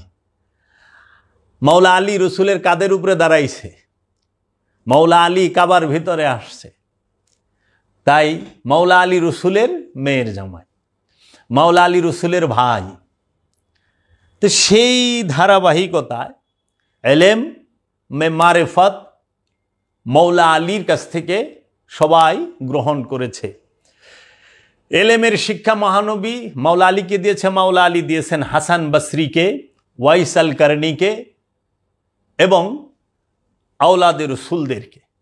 মাওলা আলী থেকে পৃথিবীর সমস্ত ওলিরা আসছে। আলী আলী করতে করতে ওলি হয়। যার কপালে মাওলা আলীর ভিক্ষা, পাক পাঞ্জাতনের ভিক্ষা জুটে নাই, আওলাদের রসুলের ভিক্ষা জুটে নাই, সে ওলি হয় নাই। মহানবীর জুব্বা মুবারক মাওলা আলীর শরীর মুবারকে, মহানবীর জুলফেকার মাওলা আলীর হাত মুবারকে, মহানবীর পাগড়ি মুবারক মাওলা আলীর হাত মুবারকে, মহানবীর আংটি মুবারক মাওলা আলীর হাত মুবারকে, মহানবীর নয়নের পুতুল যাকে বাতুল বলা হয়, সৈয়দনা মা ফাতেমাতুজ জাহরা আলাইহিস সালাম, তার হাতও মাওলা আলীর হাতের উপরে। এই সেই মাওলা আলী, যিনি যার সম্পর্কে হযরত উমরও বলছেন, আলী না থাকলে উমর হালাক হয়ে যাইত। সমস্ত সাহাবারা সিনার এলেমের, সিনার রাজ্যের যিনি বাদশাহ, মহানবীর যে আধ্যাত্ম জগতের এলেম হেকমতের জ্ঞানের বাদশাহ যিনি, তিনি মাওলা আলী। মাওলা আলীর হাতে সব সাহাবারা বায়াত নিছে। সাহাবার হাতে আওলাদ বায়াত নিতে পারে না, সাথে চলতে পারে, মিলে মিশে থাকে, উসুলই নাই। আওলাদের রসুল যিনি, তিনি পবিত্র, পুত পবিত্র। পবিত্র কখনো নাপাকের কাছে যায়া বায়াত হইতে পারে না। কারণ সাহাবায়ে আজমাইন, আমার মাথার তাজ, আমার মা বাপ এবং আমি, আমার বংশ কুরবান হোক তাদের কদমে। কিন্তু সাহাবা হওয়ার আগে রসুল সাল্লাল্লাহু আলাইহি ওয়াসাল্লামের 40 বছরের সময় যে নবুয়ত ডিক্লেয়ার দেয়, তার পূর্বে সকল সাহাবাদের মা বাবা তারা কেউ নিকার করেন না, তাদের নিকা হয় নাই, নিকার করেন না। তারা মূর্তি পূজারক ছিল, তারা মদ পান করত, তারা ব্যভিচার করত, জীবন্ত কন্যা তারা দাফন করত। সেই মানুষ ছিল। কিন্তু আওলাদে রসুল, আলে রসুল এবং এই হাসমির ভেতরে এইটা ছিল না। মাওলা আলীর বাবা জীবনও মূর্তি পূজা করে নাই। মাওলা আলী, মাওলা আলীর বংশ এবং মহানবী দাদা বাপ দাদারা কেউ জীবনও মূর্তি পূজা করেন না। এবং সবচেয়ে আশ্চর্যজনক একটা কথা শুনে রাখেন, সেইটা হইল মহানবীর দাদা আব্দুল মুত্তালিব তিনি মুরাকাবা করতেন যায়া হেরা পর্বতে, জাবালে নূর পর্বতে। এবং মহানবীর দাদা আব্দুল মুত্তালিব যে কাবা গড় ধ্বংস করার লেগা বা সাবরাহা আসছিল হস্তি বাহিনী নিয়া, মহানবীর আবির্ভাবের 50 দিন আগে মহানবীর দাদা আব্দুল মুত্তালিব এই জাবালে নূর পর্বতে উঠাই রব্বে কাবার কাছে ফরিয়াদ করছিলেন, তোমার কাবা তুমি রক্ষা করো। আবাবিল পাঠায়া কাবা রক্ষা করলো রব্বুল আলামিন হস্তি বাহিনী থেকে। সূরা নাজিল হইল তাব্বাতি, সূরা নাজিল হইল আলাম তারা কাইফা ফাআলা রাব্বুকা বিআসহাবিল ফিল, সূরা ফিল। মহানবীর দাদা তিনিও যাইতেন হেরা পর্বতে, জাবালে নূর পর্বতে। ছেন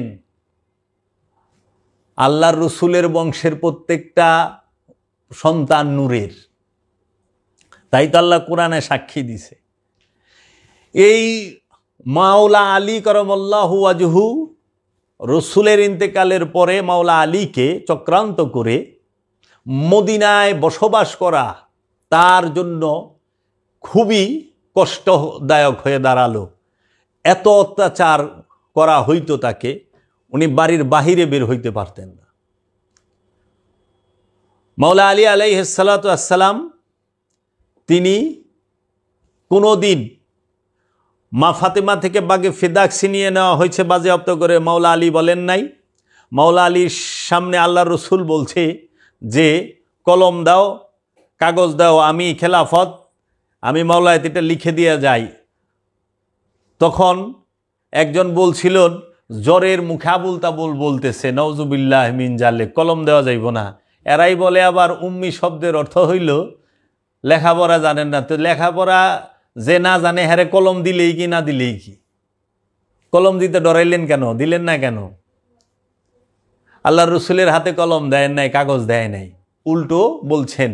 তাই মুসলমানদের জানা উচিত বাগে ফিগাত, হাদিসে কেরকাত আর হাদিসে মারওয়ান, এই বিষয়গুলো জানা দরকার। আল্লাহ রসুলের উফাতের পরে আবু বকর সিদ্দিক খলিফা হলেন, তারপরে হজরত উমর, তারপরে হজরত উসমান রাদিয়াল্লাহু তাআলা আনহু তারা হইলেন। হজরত উমর রাদিয়াল্লাহু তাআলা আনহু তিনিও শাহাদাত বরণ করলেন, হজরত উসমান তিনিও শাহাদাত বরণ করলেন। জনগণের চাপে মাওলা আলী খলিফা হওয়ার জন্য যায় না, জনগণ জোর কইরা মাওলা আলীকে খলিফা বানাইছে। এই জন্য খলিফাও দুই প্রকার, একটি হলো আল্লাহর রসুলের খলিফা, আরেকটি হলো জনগণের খলিফা। আল্লাহ এবং আল্লাহর মনোনীত, আল্লাহ এবং আল্লাহর রসুলের মনোনীত খলিফার নাম হইল আলী করমল্লাহু ওয়াজহু, আর জনগণের মনোনীত খলিফার নাম হইল আবু বকর সিদ্দিক রাদিয়াল্লাহু তাআলা আনহু। মক্কা এবং মদিনাবাসীরা যাকে নির্বাচিত করেছেন, মনোনীত করেছেন, আর রসুল মাওলা আলীকে খলিফা মনোনীত করেছেন, নির্বাচিত করেছেন গাদিরে ঘুমে। আল্লাহর খলিফা যিনি, তাকে বলা হয় ইন্নী জাইলুন ফিল আরদে খলিফা, তাকে বলা হয় আদম। আদম তিনিই হন যে সৃষ্টি না। আদম আল্লাহ নিজে তৈরি করেন নিজ হাতে। আদমের কোনো বাবা মা নাই, বাবা মার ঘর থেকে আদম হয় না। আল্লাহ যারে তৈরি করে সে আদম হয়। খুব খেয়াল করবেন আমার কথাটা। পিতামাতার মিলন থেকে যে সৃষ্টি হয় সে আদম না, পিতামাতার মিলন থেকে যে জন্ম নেয় সে আদম না। আল্লাহ যাকে নিজ হাতে তৈরি করে সে আদম। এর জন্য পিতামাতা যাকে মিলন করে জন্ম দেয়, পিতামাতার দ্বারা যে সৃষ্টি হয় তার মরণ আছে, আর আল্লাহ যারে নিজে হাতে বানায় তার কোনো মরণ নাই। আদম মরে না, জাতে আলী মরে না, জাতে নূরে মোহাম্মদ মরে না, রসুল মারা যায় না, অলি মারা যায় না, নবী মারা যায় না। এর জন্য কোরআনে কোথাও নাই কুল্লু রসুল জায়গাতাল মৌত, কোরআনে কোথাও নাই কুল্লু নবী জায়গাতাল মৌত, কোরআনে কোথাও নাই কুল্লু ওলিয়া উলিয়া জায়গাতাল মৌত, কোরআনে আছে কুল্লু নফসুন জায়গাতাল মৌত, প্রত্যেক নফস মৃত্যুর স্বাদ গ্রহণ করিবে। রহস্য বুঝার জন্য ভাণ্ড লাগবো, অল্প ভাণ্ডতে কুলাইব না, ফাইটা যাব গা। বইলা থুয়া যাইতে আসি জানি না দয়াল কোন দিন লয়ে যায়। তাই মাওলা আলী কারামাল্লাহু ওয়াজহুর শাসনামলে মাওলা আলীর বিরুদ্ধে বিদ্রোহ করে মুয়াবিয়া রসুল গাদিরে খুমে বলছিল, মুনাফেক আলীকে ঘৃণা করবে আর মুমিন আলীকে ভালোবাসবে। মুমিন আলীকে ঘৃণা করবে না, মুনাফেক আলীকে ভালোবাসবে না। যে আলীর বিরুদ্ধে অস্ত্র ধরে সে আমার বিরুদ্ধে অস্ত্র ধরে, যে আলীকে আঘাত করে সে আমাকে আঘাত করে, যে আলী থেকে মুখ ফিরায় নেয় সে আমার থেকে মুখ ফিরায় নেয়। এখন আপনারা একটু দেখেন তো ভাই, চায়া মহানবীর সাথে কি মাওলা আলী আছে না মুয়াবিয়া আছে? মহানবী দোয়া করছেন, আল্লাহ যে আমাকে, যে তুমি এই আলীকে যে ভালোবাসে তুমি তাকে ভালোবাসো, আলীকে যে সাহায্য করে তুমি তাকে সাহায্য করো। মুমিন আর মুনাফিক চেনার কোষ্ঠী পাথর হলো মাওলা আলী। খেয়াল করেন একটু। তাহলে এই উমাইয়া আব্বাসিয়া রাজবংশ তারা তিলে তিলে সবাই ঐক্যবদ্ধ হইয়া মাওলা আলীকে শহীদ করলেন। একটু খেয়াল করেন তো, মক্কা বিজয় হয় যে আমাদের যে লাস্ট মক্কা বিজয় কবে হয়? মক্কা বিজয় হইল আপনার গিয়া 10ম হিজরিতে, এই 9ম হিজরিতে বনু তায়েকা বুতখানা বিজয় হয়, এবং 8ম হিজরিতে তায়েব বিজয় হয়, এবং 8ম হিজরি রমজানুল মুবারকে মক্কা বিজয় হয়। 8ম হিজরিতে মক্কা বিজয় হয়। তাহলে আপনি একটু খেয়াল করেন, 8ম হিজরি কখন? যখন রাসূল সাল্লাল্লাহু আলাইহি সাল্লামের 60 কি 61 বৎসর জাহিরি। তখনও আবু সুফিয়ান কাফের, আবু লাহাব কাফের, আবু জেহেল কাফের, মুয়াবিয়া কাফের, মুয়াবিয়ার মায় তখনও কাফের। কখন? 8ম হিজরিতে। 8ম হিজরিতে 630 সালে এরা সবাই কাফের। সাইবা, উকবা, মুগিরা, জুলখাইস এগুলা সব কাট্টা কাফের। মক্কা অবরোধ করে রাখছে, রসুলকে যাইতে দেয় না। মক্কা বিজয়ের পরে রসুল গেছে মক্কা, হজ করছেন 10ম হিজরিতে, বিদায় হজ। তাইলে এই 8ম হিজরিতে যারা দেখলো যে এত বড় সৈন্য দল নিয়ে মহানবী মদিনা থেকে মক্কায় আসছে, আমরা তো এখন পারুম না জান আর মাল রক্ষার লেগা। এখন যদি আত্মসমর্পণ না করে, তার কাছে মুরিদ না হয়, তো জানও যাইব, মালও যাইব, হত্যা হইব, ক্রোক হয়ে যাইব। তখন কি করলো? কৌশলে তাহারা রসুলের কাছে বায়াত কলেমা পড়ল। কখন? 8ম হিজরিতে। আবু সুফিয়ান মুয়াবিয়ার 8ম হিজরিতে রসুলের কাছে কলমা পড়ল এই উমাইয়ারা আব্বাসীরা। কিছু কিছু আছে আগে হইছে। তো এখন 8ম হিজরিতে যখন হইল, টপ ক্লাস কাফের এরা কিন্তু ছিল। কখন? 8ম হিজরিতে টপ ক্লাস কাফের রসুলের সামনে খোলা তরবারি লইয়া মাওলা আলীর সামনে দাঁড়ায় রয়েছে। 8ম হিজরিতে টপ ক্লাস কাফের তারা আল্লাহর রসুল 10ম হিজরিতে ওফাত নিলেন, ইন্তেকাল করলেন। 11 হিজরিতে তারা ফার্স্ট ক্লাস মুসলমান হয়ে গেলেন। বর্তমানে টপ ক্লাস কাফেরেরা ফার্স্ট ক্লাস মুসলমান। আগে ছিল টপ ক্লাস কাফের, এখন ফার্স্ট ক্লাস মুসলমান। মাত্র 2টা বছর। তারপরেই তারা তাদের সেই পূর্বের রূপ দেখায় দিছে। মহানবীর সাথে এরা পারে নাই, মা খাদিজার সাথে, ইমাম আবু তালিবের সাথে পারে নাই, কিন্তু মাওলা আলীর সাথে তারা কোলায় উঠছে। মাওলা আলীকে তারা চরম কষ্ট দিছে, এবং যুদ্ধের পরে যুদ্ধ, মাওলা আলী নাহওয়ানের যুদ্ধ করে, সিফিনের যুদ্ধ করে, জঙ্গে জামাল করে, শান্তি দেয় নাই। কারা? এই উমাইয়া আব্বাসিয়ারা। মাওলা আলীকে লাস্টে মাওলা আলীকে শহীদি করল। মাওলা আলীর যে আওলাদ মাওলা হাসানকে শহীদ করল। এই কুফায় মাওলা আলীকে 21 রমজানে শহীদ করা হয় 40 হিজরিতে। আল্লাহর রসুল উফাত নিলেন 10 হিজরিতে। তার 30 বছর পরে মাওলা আলী কারামাল্লাহু ওয়াজহু তিনি চলে গেলেন। শান্তি দেয় নাই। কি করছে? মহানবীর ঘরের ভিতরে মহানবীর আওলাদ মা ফাতেমাকে দাফন করতে দেয় নাই। মহানবীর ঘরের ভিতরে মাওলা আলী স্থান পায় না মহানবীর পাশে।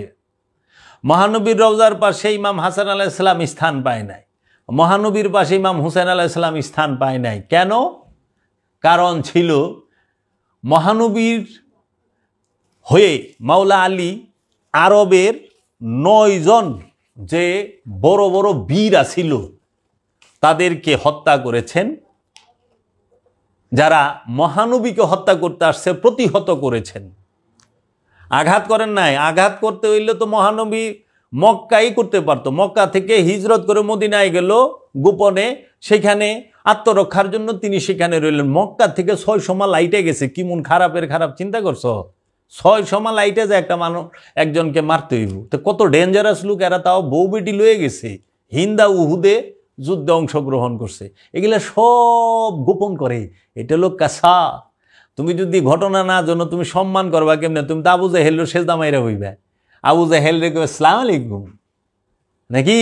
আবু জাহেল সম্পর্কে আগে জানো, দেহ কারা কি করলো। তাই মাওলা আলী যে 9 বাহাদুর রে হত্যা করছে, তার মধ্যে একজন ছিল ওমর ইবনে আবদ, যার সকালের নাস্তায় 2টা উট লাগতো। ইতিহাস এই রকম। সেই মাওলা আলীকে শহীদ করলো, মাওলা আলীর আওলাদদেরকে শহীদ করলো এবং মাওলা আলীর বংশকে বিষ প্রয়োগ করে আব্বাসিয়া রাজারা, উমাইয়া রাজারা হত্যা করলো। আজও পর্যন্ত মাওলা আলীর বংশের উপরে, রসুলের বংশের উপরে অত্যাচার জুলুম চলতেছে, চালিত। তাই আমি আপনাদেরকে বলতে চাই, আপনারা সত্য জানুন, সত্যকে মানুন, আপনারা আল্লাহ রসুলকে ভালোবাসুন। আল্লাহ রসুলের বংশ আলে বায়াত, পাক পাঞ্জাতন, 12 ইমাম, 14 মাসুমকে ভালোবাসুন। কারণ রসুলকে ভালোবাসার অপর নামই ইমান। রসুলকে ভালোবাসা ফরজ, রসুলকে অনুসরণ করা ফরজ, রসুলের উপরে দরুদ সালাম পেশ করা ফরজ, রসুলের বংশকে শ্রদ্ধা করা, মহব্বত করা ফরজ। আল্লাহ রসুল নিজেই বলছে, আমি তোমাদের কাছে কোনো বিনিময় চাই না, শুধু আমার কুরবত যারা, নিকটবর্তী যারা, তোমরা তাদেরকে ভালোবাসো। এবং আল্লাহ রসুল বলছেন ওয়াতাসিমু বিহাবলিল্লাহ জামিয়ান, তোমরা আল্লাহর রুজ্জুকে শক্তভাবে মজবুতভাবে ধরো। আল্লাহর রুজ্জু হচ্ছে রসুলের বংশ, রসুলের আল, অলিয়া উলিয়া কেরাম। মানুষ এখন লেবাস ধরছে, রসুলের আওলাদ ছাইরা দিছে। মানুষ এখন বই পড়া শুরু করছে, কেতাব পাঠ করে না। এখন বই পইরা দেখি, আপনি দেখেন যে কোরআন পাঠ করছে, হাদিস পাঠ করছে, সে আল্লাহর ওলির মাজারে আগুন দেয়, আল্লাহর ওলিকে আঘাত করে।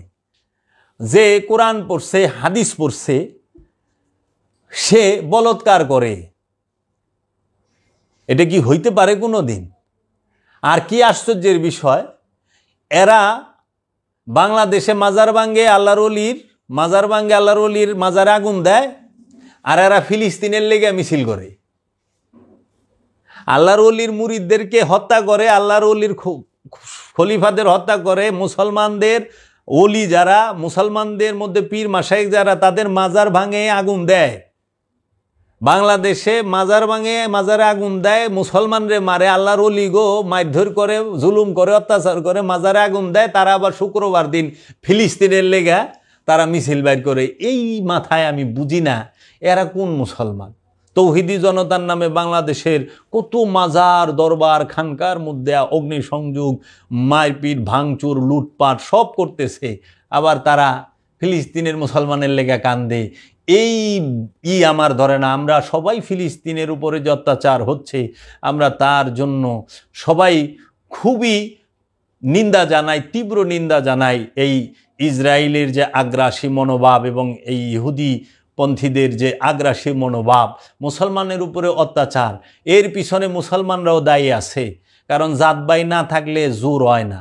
আপনারা দেখবেন কুড়াল গাছের কূপ দিলে গাছে কয় এত জোরে কূপ দেশকে, কয় আমি কি করুম, তোর জাতবাই তো আমার ইয়ের ভিতরে ঢুকছে, এর লেগে জোরটা বড় হয়। কারণ কুড়ালের আছারি যেটা আছে না, লাঠি, ওটা গাছের।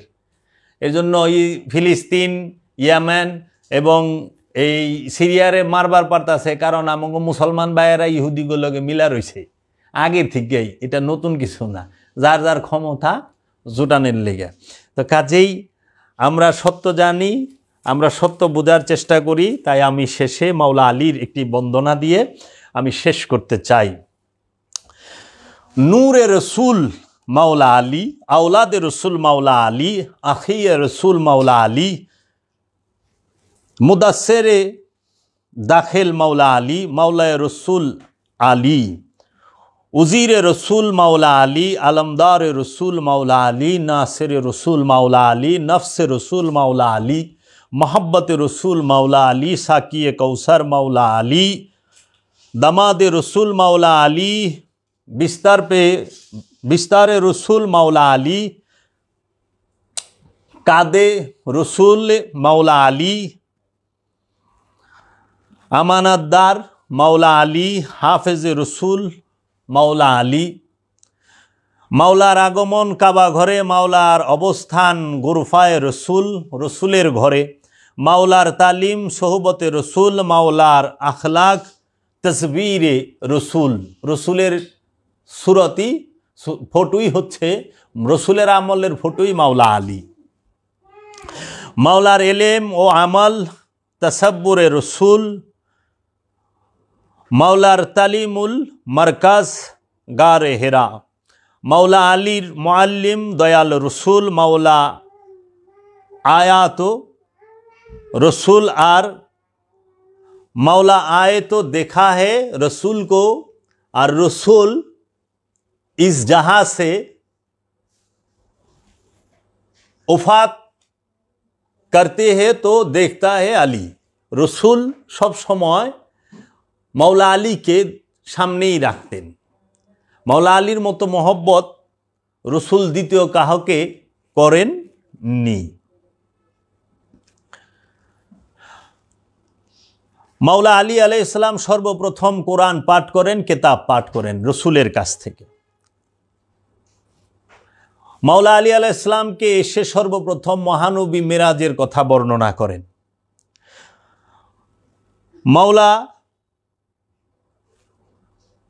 आली आलैहिस्सलाम रसूल के मेराजे जेते देखें एवं मेराज थेके आसतेও देखें। मौला आली आलैहिस्सलाम जिब्राइल को देखें, रुहुल आमीन केও देखें।